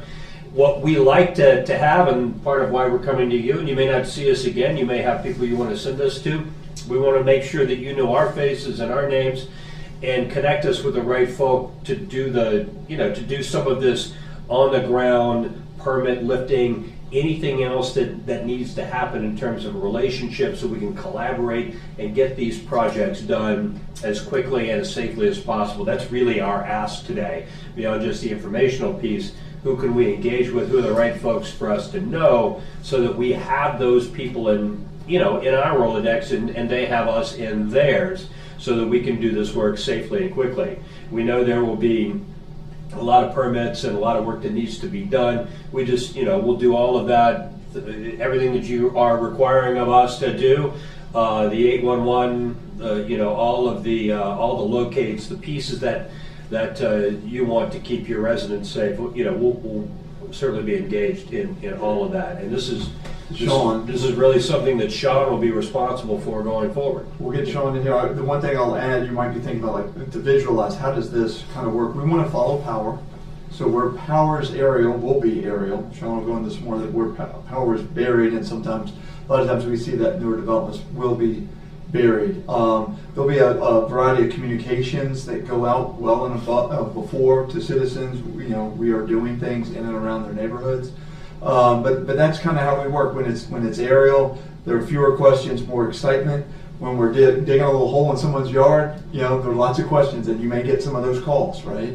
And questions about, well, where does my property line end, and where does the right of way begin? And we have people on the ground that will answer all that. But just to prep you, that's some of the chatter. Again, it's all good news. We'll fix it. We'll reseed it. Do all those things approximately. 24 hours. Sure. That's how this is going to work, and that's what you're going to start seeing. Some radar blips as our construction. Absolutely. So, hello everyone. I'm Sean Flora, the outside plant director. Basically oversee the engineering and construction piece of the Globe projects for all of Ohio. So, to Chris's point, we've got a pretty robust marketing group, notification group, and damage and complaints group for that matter, that respond within 24 hours. The marketing group gets communications out to residents that will be affecting weeks in advance. Let them know we're coming. The crews that are in town working, they'll be obviously all vetted, safety, all proper safety procedures, traffic control, all of that good stuff to try to minimize the disruption from construction. But to Gary's point, we're passing around 861. It's give or take. I mean, it usually goes up or down to his point. But we plan for the future, so we plan for capacity increase in those cables. So we upsize our fiber cables so that any new developments that do come through, we're able to pick those up along the way as well. This kind of bullet points most everything we do, but we have a strong relationship with our power partners. At this point, we permit mostly aerial. 90% of this build is aerial. Following AEP, South Central Power, whomever footprint we touch in that utility. We're in the process right now of everything's in permitting. It's in active permitting, so it's all going through the process of the make ready. I'm certain you've all heard that term across the through the last few years with the explosion in fiber. That's probably our largest challenge, just getting the make ready completed, because it's a lot of work that we put on the power companies, not just Globe, but also all of the other fiber providers out there. Like I said, 90% of this is aerial. We'll have some underground, but really this meeting really to name the faces. If anything that would come up, you'll start hearing chatter, like Chris said. You'll have someone to reach out to if any residents have questions or anything like that. So happy to respond, happy to help, and whatever we can do to kind of keep moving and keep it smooth as possible. And what I'd say is, we've got an 800 number here in a minute. What we'd like, we've got some pictures too, is for the citizen to call and log, or go online and log and say, this bush was damaged or something in my yard when you were working. that gets a formal complaint, we'll send someone out to kind of look at that. If that a citizen were to ask you, Gary and I could provide you, and that's our job, the summary of, this was resolved, or we didn't do this, and so that communication, I think, is an essential part of this as we move through this. Okay. So let's scoot ahead and show you this map Yes, right here. yes. Question, sorry, as you build this out, because obviously you're doing a big project here, are those folks who are doing the majority of the construction or all of the construction, are they employees of Glow Fiber? That'll be a combination of both. So we do use subcontractors for the majority of the build, managed by Glow folks. They are contractors, though, that are not, most of these folks are not from out of town. They're local-ish. I mean, Columbus area, basically central East Ohio. We've got a current cable that's currently working in Fayette County right now on this project. So, I mean, they're local to Ohio. Supervision of Glow Fiber, Shintel. The reason I asked that, just in the event that we would be receiving a complaint from someone saying, we've got folks. This company. Absolutely. Well, that doesn't. We may not know who that is. If all of our it's not a vendors, Glow Fiber truck. absolutely, all of our vendors have basically a Glow Fiber magnet on their trucks. So, yep, and they'll have a contact number, and also we have 2, 3, 4, 5 local guys that are managing these projects. So they're able to be in town or wherever the issue is. Doesn't matter in minutes. This is a great question. Even if you're unsure, just funnel it back to us. We'll track it down because we can. But we need addresses, right? Where did this question come up? And we'll get back to you. Yeah, we do a pretty good job of vetting that and responding as quickly as we possibly can. And we have guys that will reach out to whoever the concerned customer might be. We'll call them, see what's going on, and get out to fix it. Before you leave it, I don't know if you handed a card to Brad, our county administrator. That'd be good for you to have their contact. Absolutely. Sure. These guys take the calls more than Yes. we do. Sure. And just in the past, sometimes we've seen you're out in the community, somebody may walk up to you, but absolutely, Brad, we will be working intensively, with Brad. Is there a more focused map on Ross County instead of Fayette County? Let's see, it reaches down into the far southwestern part of Ross County. Yeah, we need a. We can get that. I'll send it to you. That's what I have to pull it out of our yeah. mapping system, but yeah, we can absolutely get that. Okay. We can actually get down probably almost to the street level. I don't want to promise too much, but definitely the overall map for sure. So is this new fiber being buried, or is this brand new replacement? No, This is all brand new. Yes, sir. Yeah. And that's one of the reasons you won't see that much, because it's, some of the cable's already there that they have. They just not that. Yeah, we can get our plan mapped up, and we can get you a PDF of that. Yeah. Yeah, this is to demonstrate a very high-level view of just the new project area. All of this, to your point, sir, is already served by us or other companies for the most part. This is a portion of the county here that will be positively impacted by this HB2 bill. Yeah, as you know, Chillicothe Telephone, obviously, at the ILEC here, the ILEC for Ross County, so we do have the coverage, now obviously in parts of the county, but we'll get you the bill plans.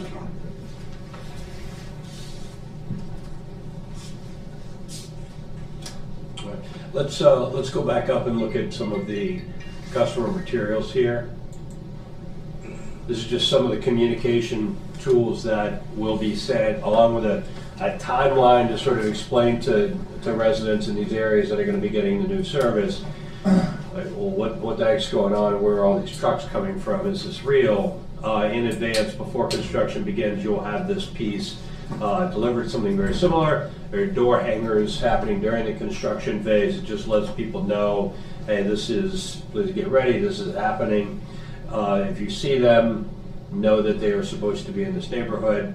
Post-construction, it starts moving into more of a marketing push to let people know it's available and how much it costs once the construction has been complete and neighborhoods become activated with the new fiber service.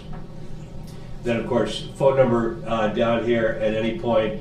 if they want to register a complaint, or if they do have internet access or on their phone, they can go on here to this Glow Fiber Construction Contact Us website, and then we'll all get that and be able to respond to it as it's escalated. Other municipal partners have used this on social media, depending on how you communicate and get things out, local community channels, television channels, things like that.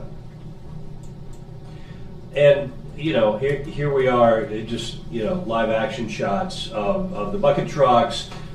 These are fiber splicing trailers. They pull it in, arc weld it together with a very expensive piece of equipment that allows you to fusion splice glass, which is how all of this happens.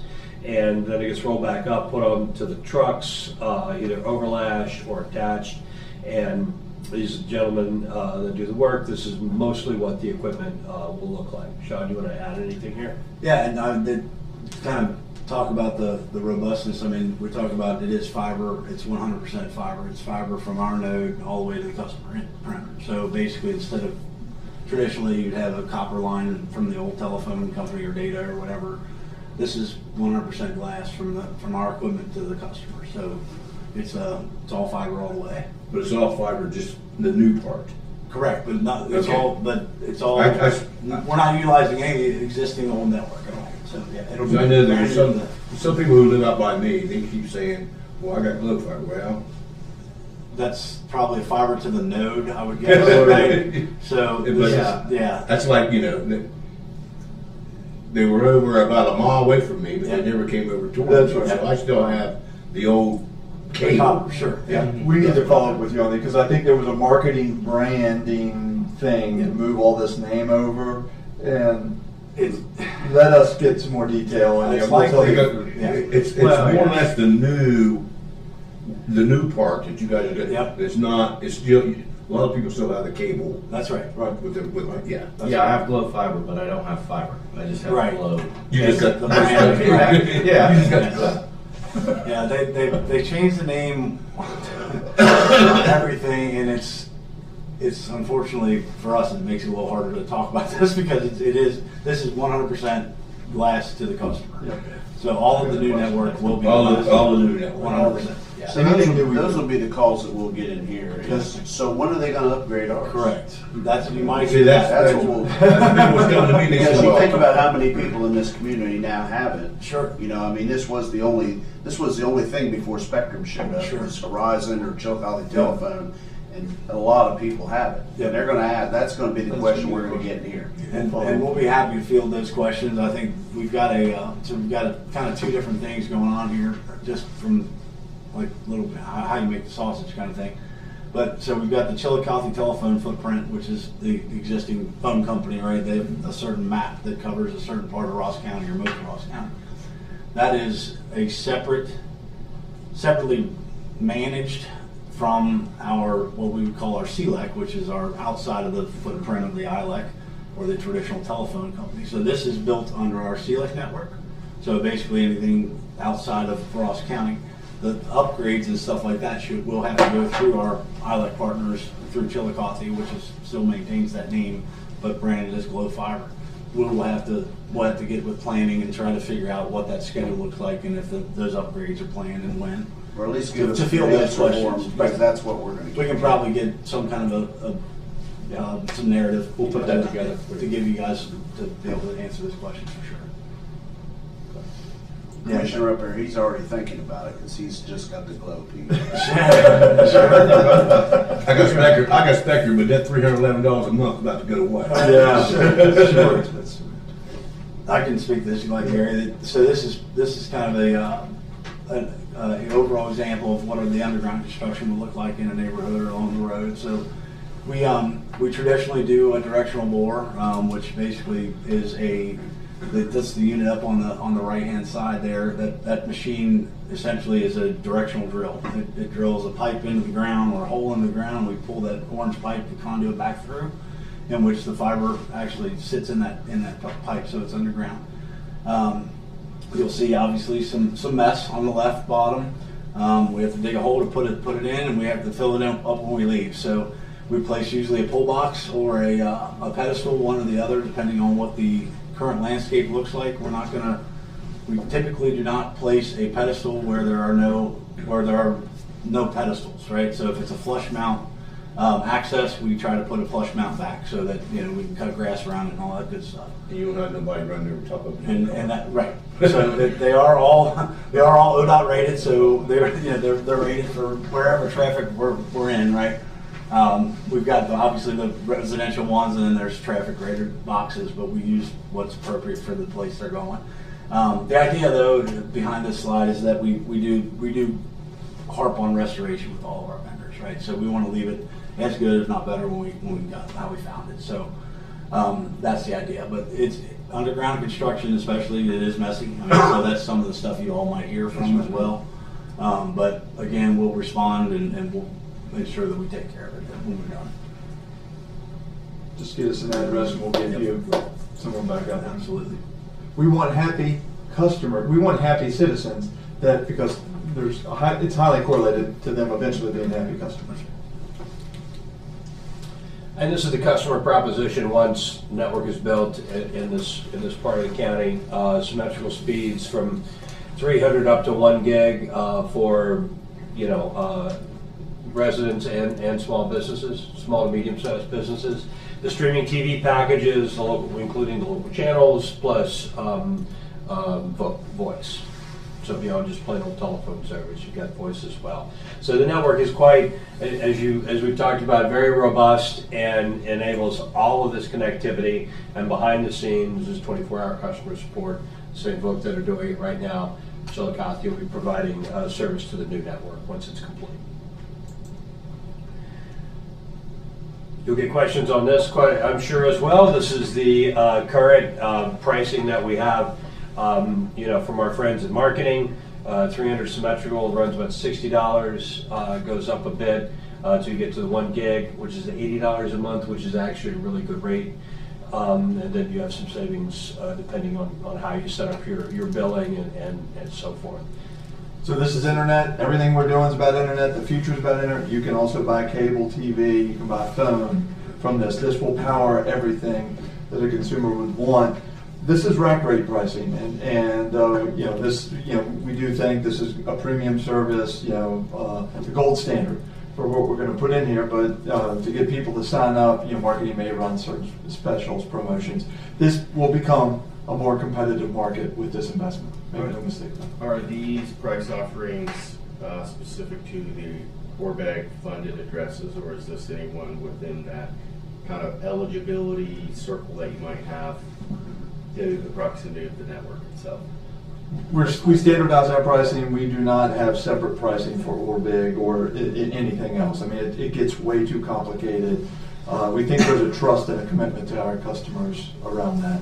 So we want standardized pricing. This is for the fiber specific offering, rather than low fiber offerings that are not high-speed fiber optic. We will come back to you on that. Let me do some more research about what's embedded historically in this market, and I'll respond to you with pricing for sure. You're looking at that 1 gig, aren't you? Well, I'm looking at it from the standpoint of folks who don't even have 300, right? Who are probably paying a comparative or a higher price offering than what you're providing to those who have fiber optic pricing. So, and part of that's just as we got into this by buying a company. Things are improving, things are changing, but some of this is going to take some time but we'll follow up with you on that. And one of my things, like I said before, you need to. I don't know. A lot of people think that they're getting that new fiber, but they're really not. They're going from the other company to Glo Fiber because, and they think they're getting the Glo itself. We'll follow up on that. We need to talk to marketing. Well, I can share with you personal experience in that.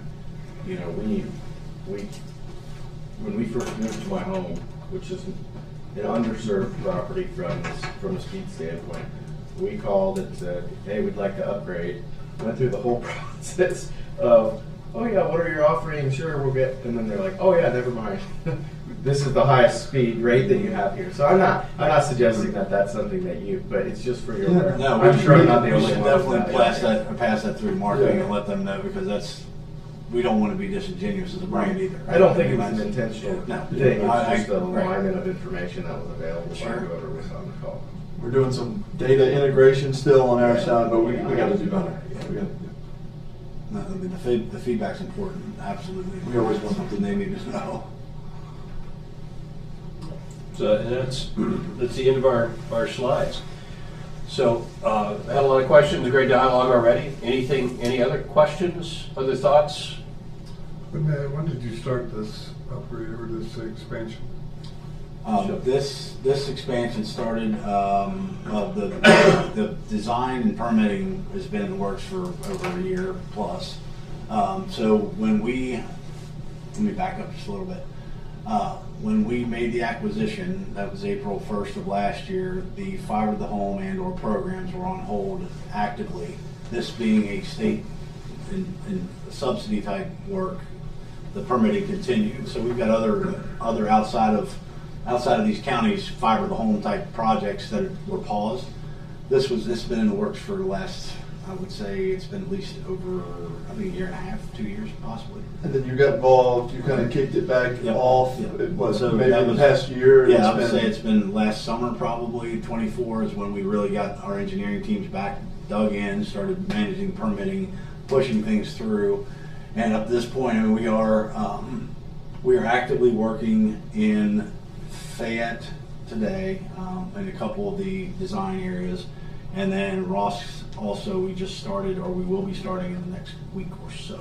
So those customers should receive. The next week or so, you'll start with installation? Construction. So installation, yeah, it'll be, usually it's about 3 months. Once we start construction, it takes about 3 months to get that turned over to the Construction of your operations. network.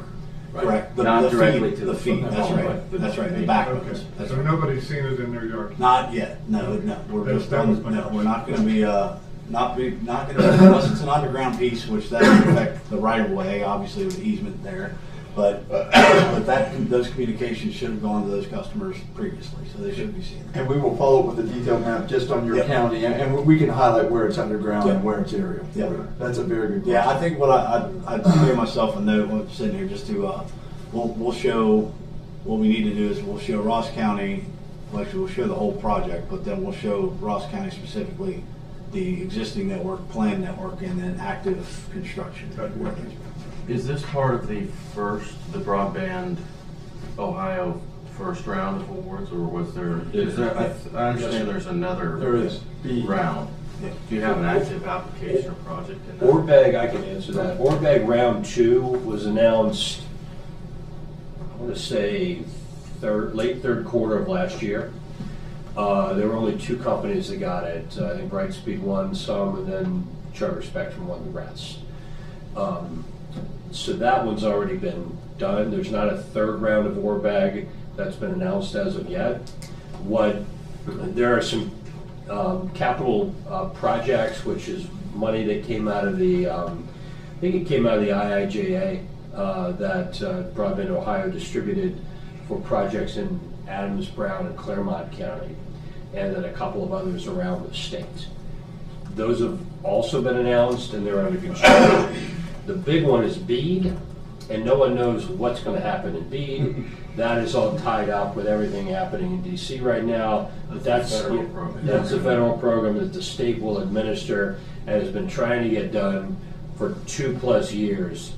And so who knows what's going to happen, but Broadband Ohio has a plan, and they have an allocation of nearly $800 million to do every remaining unserved and underserved residents in the state. It's just caught up in the sort of, it's caught up in, in what we all know about happening in DC right now. The thing was, is when they first started this, they wanted to get broadband everywhere. When they first started this, you guys would come, the cable people would come in and they'd say, they go to a very first house on this road and say, do you have cable? And they would say yes. So they made everybody else down that road thinking they had cable, but no, The first house was the only one that had cable. That's the FCC. You had, Yeah. yeah, and that's what, when everything started, but then you had another company who came in and took a whole bunch of the money and put in a mile cable. And that's what they, when it first started out, it was, I'm not gonna say who it was, but I think that's the frustration for a lot of folks, and I'm kind of watching what happens with this Orbeg round 2 is it allowed the incumbent folks there to challenge those areas around is this served or is it going to be served by an incumbent server? The problem with that is my concern from my position representing Ross County is I know that there's folks that may have opportunity for service, but the service is not there. The infrastructure is not available for them. So that would be my advocacy, not just within the offering that you're providing with your Orbeg dollars, but as an advocate for what you started this conversation in recognizing is that folks in rural areas who do not have access to high-speed internet are held back from folks who do. And there are large portions of this county here that the citizens don't have access to high-speed internet. And you think about now we're into 20 years of folks having high-speed internet, the folks who don't, don't have the same opportunities for education and employment as others. I think too, we're in the beginning phases of a comprehensive plan, planning out our next 10, 20 years of growth in Ross County. And so we'll be talking about subdivisions that aren't there yet. And where are those going to be at? We don't have those answers right now, but I suspect in the next couple of years, probably, as we groom the process, we're going to have a pretty good idea where they're going to be. It would help us to be included. Go ahead. If as that progresses, we would 100% would love to be in on the notification of that. As soon as you know the subdivision is going to be there, we'll put fiber in that subdivision. We will find a way to get back to our backbone. I shouldn't say 100%, but we'll have backbone relatively close, very likely. And we would love to be in the beginning part of that to where that's going to save everybody cash, it's going to save everybody time, and we would love to be in the first trench, like before, when they're putting the power in, we would love to be able to put a pipe that's in. one of the things that I don't know if they have cable out right, but we're going to put the sewer line in that. Yeah, we're working with your folks now. Good. Gerald Palmer. Yep. Fine young man. He's been helpful. We're putting the sewer line in. And we're worried about your fiber, and we're asking them to see about locating on the pole on the other side of the road, so we don't have to put the sewer in the middle of the road. Sure. That's right. I think as you move along this comprehensive, just having a zone area will help us in our network planning. There are a couple of things around that, but we could come back. You may have business districts in this comprehensive plan where you say this is where we want and that's important for us to know, because the longer lead times we can help with. In other municipalities, some best practices, just for a minute, would be before these, when you get further down the road, and I know you're just kind of envisioning and thinking around ideas in this plan, but to say something like to the developers, you're not getting final permit approval on this 100-home development until you come and you tell your zoning approval that you contacted all utilities, and we need to be on that list. Because believe it or not, that happens increasingly, and the tail of that tape is you end up getting calls from these residents with their new developments, with their new driveways in, and it's underground, and they say, why don't they have broadband? And we never got that call. So that there's something around planning and zoning best practices on that to say, developer, this is a checklist that you need to follow. Everybody needs to be on the same page. That's right. Yeah. They're rushing, they have other priorities. Our priority is not them turning over a house, but it's when someone moves into that house, it becomes the number one priority. Yeah, well, and to that point, I think it's easier when you're talking about other utilities, when there's a territory that is regulated compared to a fiber utility or phone utility where it's open and competitive. So I think for us, definitely first step, once we have a deliverable from this comprehensive plan, would be to share it very publicly and make sure that our partners, that the utility providers are aware of where we expect, not that we're mandating or controlling, but where we expect based upon multiple factors where growth is likely to occur. To We make sure certainly have an infrastructure checklist. That's, Yeah, that would be. Absolutely. Just 1 minute on Make Ready, that was brought up. But, you know, you may get questions, why does it take so long? I mean, people want, when they say they want it tomorrow.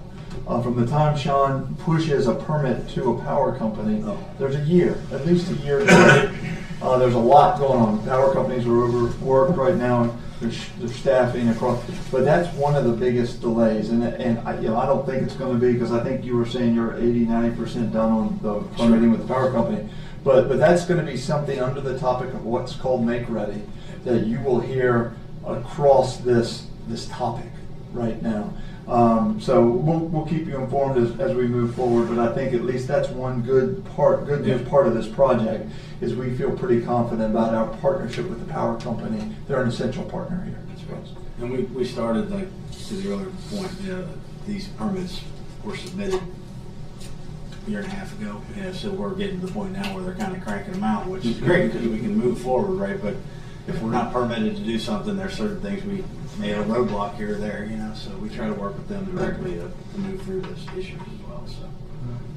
Last summer, I put up a deck in my backyard and a concrete pad and then a retaining wall after that. And just my 3rd acre, the crap I had to go through with the utility company to that spaghetti soup under the ground and what the hit.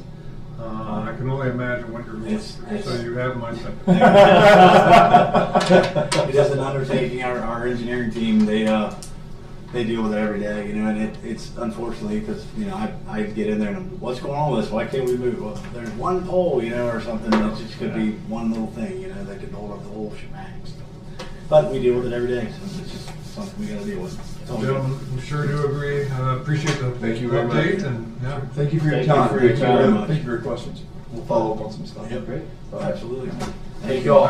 We'll leave you my card as well. If there's anything that you need, I got you on. Gary's closest. Thank you very much. Gary will be our primary contact, but you can feel free to reach out to me at any time. Yeah, appreciate your questions. Good to see you. Thank you, sir. Thanks, and I think I would give you a card with mine in short. Thank you, Gary. Now you know. Email me, call me anytime. He's the hard working guy. Yeah, he's the hard working guy. Appreciate it. Thank you. We can't go without him. He's the glue. Email you this. He lives in Kentucky too. So he didn't. Brad's got it, I'll have it. He's already sent it to us. You're the hard working guy that gets everything done. Try. Thank you very much. It depends on who you ask. Thanks, Gary. Thank you all. Thank you. We got some stuff to clean up here. Glenn, how much do you have for administrative? I don't really have anything today, nothing that's pressing. We We just run through a couple things if you don't care. I'm meeting actually from 2 to 4. 2 to 4? Yep. And that's what Take you care. want to go over with us? I can bring my computer in and just read you the auto reply responses that I have really quickly. Let's say that for work session, get through this recess. Well, yeah. I got. That's all I really have. I did the auto reply, so I was going to take pictures of that and send it all to you. I sent you a letter that came to me from Tiffany Lee Master over at the Port Authority. Sent that to you this morning. Yes, I also sent you an email about the bond council. I don't know if you saw that yet or not, but that's in there. Also, the cost allocation plan, I sent that to you probably, I don't know, 3 weeks ago. I don't know if you have any questions about that.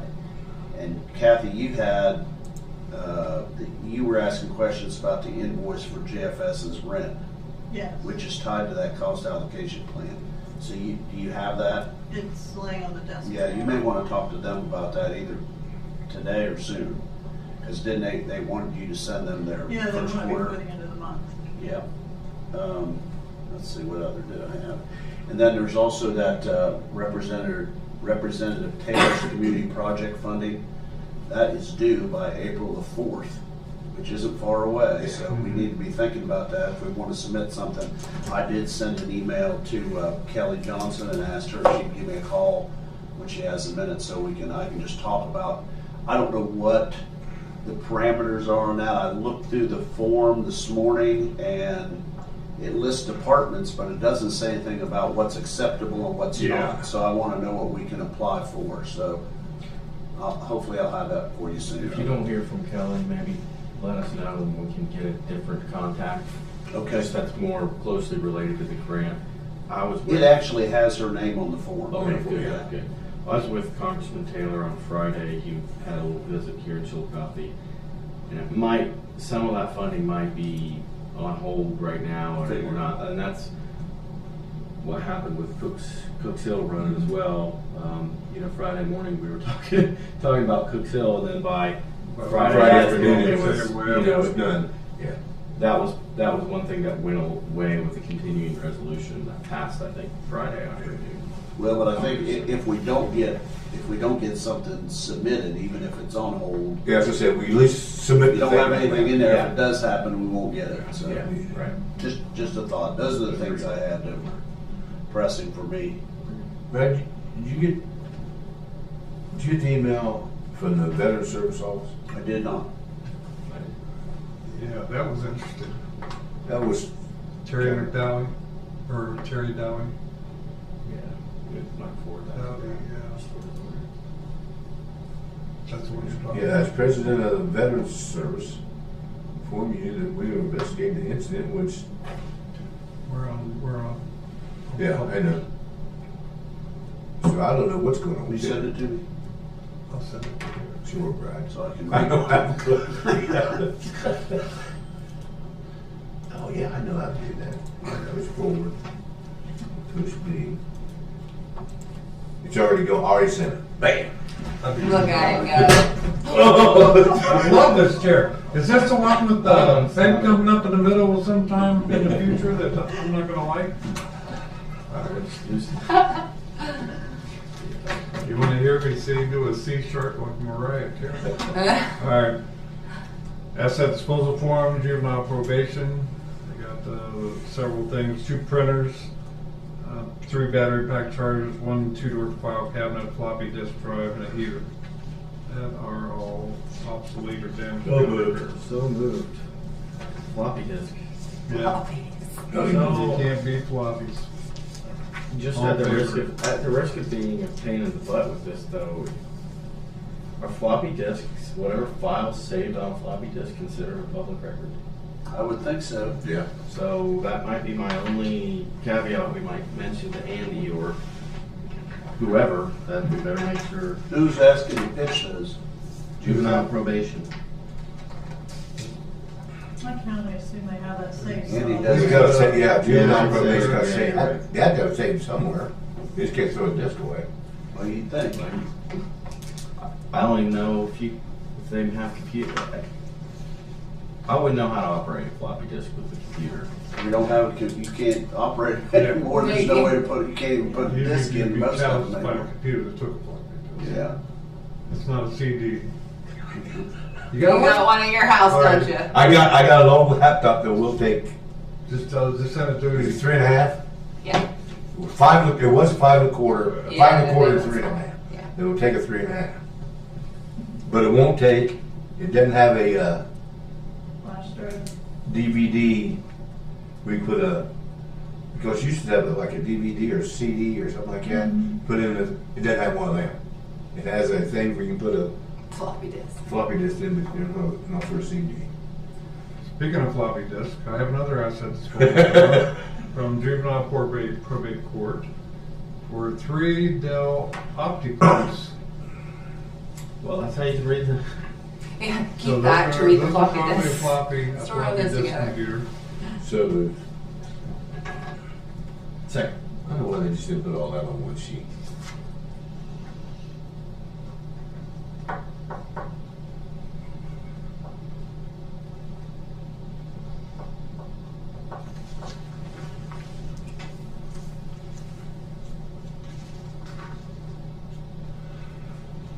And then,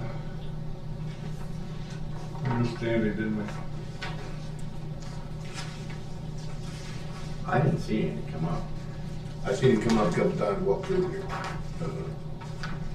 Let's see if he's down there. Is he coming up to talk to you guys? Supposed to, but we missed He might the be at time, lunch. 11 o'clock. Oh, Andy Weatherston. Calling Andy Weatherston iPhone. Okay, we have a contract from the Division of Parks and Watercraft for the sale of watercraft. Hey, are you still around here? That is. Is that the court insurance? Well, they were supposed to talk to you earlier today, and I guess you got missed, so they're ready for you. I can't hear. Up here. I'm sorry. He needs that so they can sell watercraft. The clerk of courts needs. Oh, okay. It's just a bond to cover his sale of this. $8,000. No, it's only $100. What is it? We're only paying $100 for the actual bond. So what is the 8,000 for? That might be what what it might cover, up to $8,000. Held and firmly bound to the state of Ohio in the penal sum of $8,000.00.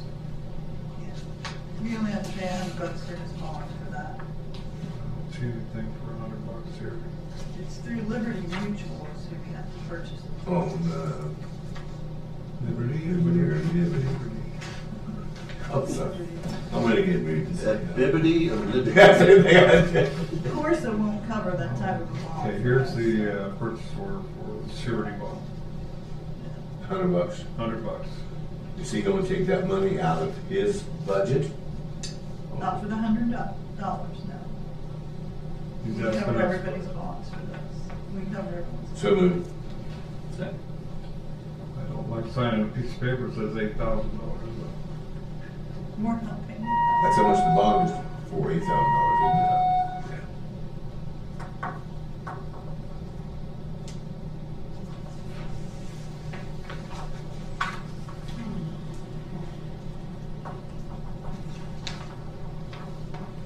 Our new clean crew started at the service center this. Ninja.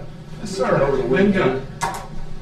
We set off the alarms twice, once on Saturday, once on Sunday. Do they do visible too? Yes, they've done it. I mean, they went in there just to clean the place up, and then they started actually today, so. Tell us about the Ninja. Just re-upping my belt. Ninja. That's what I thought. Anything I can make Hootie laugh is I'm in a good mood. Ninja is the name of an RMM company. RMM stands for Remote Monitoring and Management, which is essentially my ability to do remote support, changing from a previous company that's been annoying the bejesus out of me to this group. So it's a product we've had for years. We're just changing to a different brand. It's a whole lot better. Is that the Log Me In you used to use? Used to be Log Me In until they got to be ridiculously expensive. This is like a third the cost of what Log Me In used to be. We used to use a company called Pulseway. We went month to month on some things. They couldn't ever get billing right. It was a hassle. I don't know why I'm arguing with you guys so much to try and pay you money. If you don't want me to pay you, I'll move on. And so Ninja's just the name of that company. So what's this is a switch from our previous to this one? Yeah. Is this the price difference between the two? I said you had this in your budget to cover that. Yeah, this is a known for expense. It's just So moved. It was we used an antivirus program. It was a component of the old one, which we no longer needed. So I was trying to cancel that off, but we couldn't exactly, so we went month to month. Well, they had a problem with billing month to month, and they kept canceling the service. I'm like, no, I want to keep it, but I need to be billed, on a month-to-month basis. It's like, okay, well, we'll take a credit card from you. I don't have one, we don't use these, just send me an invoice at the end of every month and I'll pay it. Well, let me get back to you. Finally, I just, I've been dealing with this for 3 or 4 months and just switched. So yeah, same product, similar expense. I can't remember, there's probably a couple dollars difference, but it's negligible. Yeah. So, and it's a Sharp product too, I've been enjoying it. Second. There's no signature spot for. It was originally supposed to be an online, just DocuSign. You click your digital signature, but I told them, look, I've got some older school people that like signing their names rather than clicking. And I was like, but there's no line. He's like, yeah, most people just sign on the page with the price on it. I tried to add a line, but it got all weird. Just All right. All those in favor say aye. Aye. I can make a short story long. You know me. Yes, I do.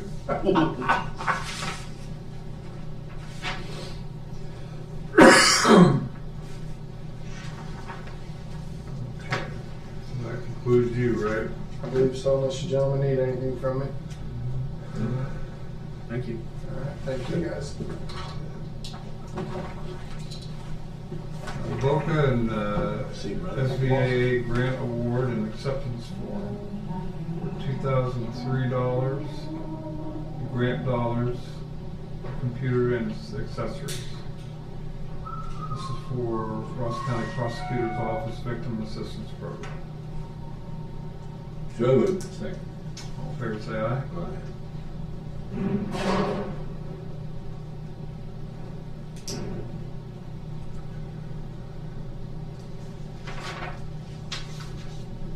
Got two proclamations. One's for Katie Farber.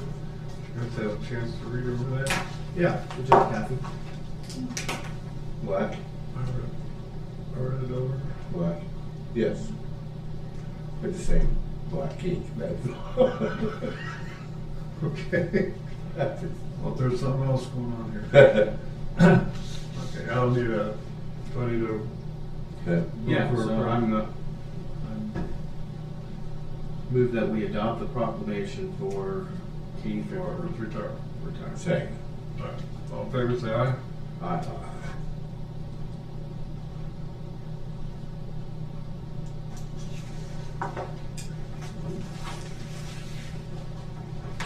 Ooh. You want to do I it? almost signed it. I've already signed that one. You did.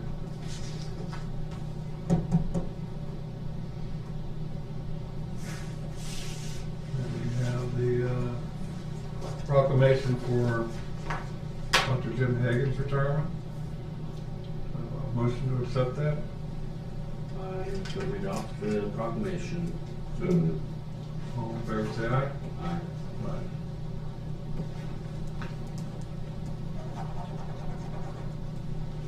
What's that even in there?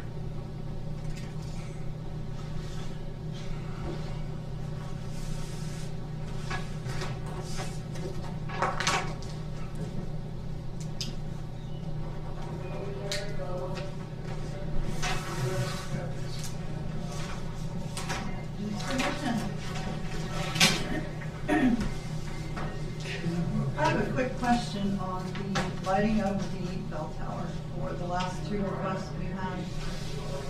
Do we want to approve those with them putting up a sign, or do you want to shorten the one for the entire month and go 2 weeks? The ones we have before. The one is mental health month. So the one for later this month, which was for Down syndrome awareness, I think that we all. That was just I think one we day. approved that. That was one day. I think that was just one. I would say, not to get picky here, but probably blue rather than blue and yellow is probably is a fine way to address it. I don't know, but Blue and yellow. That's what they want, that's what they We approved. can ask them to. they did not provide specify. a sign. Yeah, but their color is blue and yellow. They included pictures that had just blue though. They go, just go yellow. Yeah. Come on, you gotta get a set. Okay. Blue and yellow, you gotta have to get a set everyone. And it's one day, How much good? or one night. 21. What month did they request the mental That health? is for That's The month of May. 21st of March. That's the one day. That, yes, I And think we then it's approved the that. entire month of May for the mental health awareness for green. I think we got time to figure that out. Yeah. We got a whole month and a half. We'll do the one on the 21st. Oh.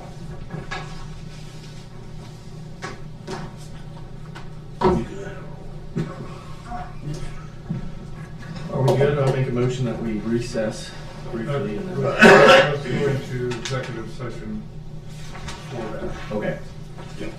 Sorry, Dan, we're behind. Sorry, 12:58. for the purposes of personnel according to the. Are we in or out? Are you want to do executive session? Yes. Okay. I will second that motion. All fair say aye.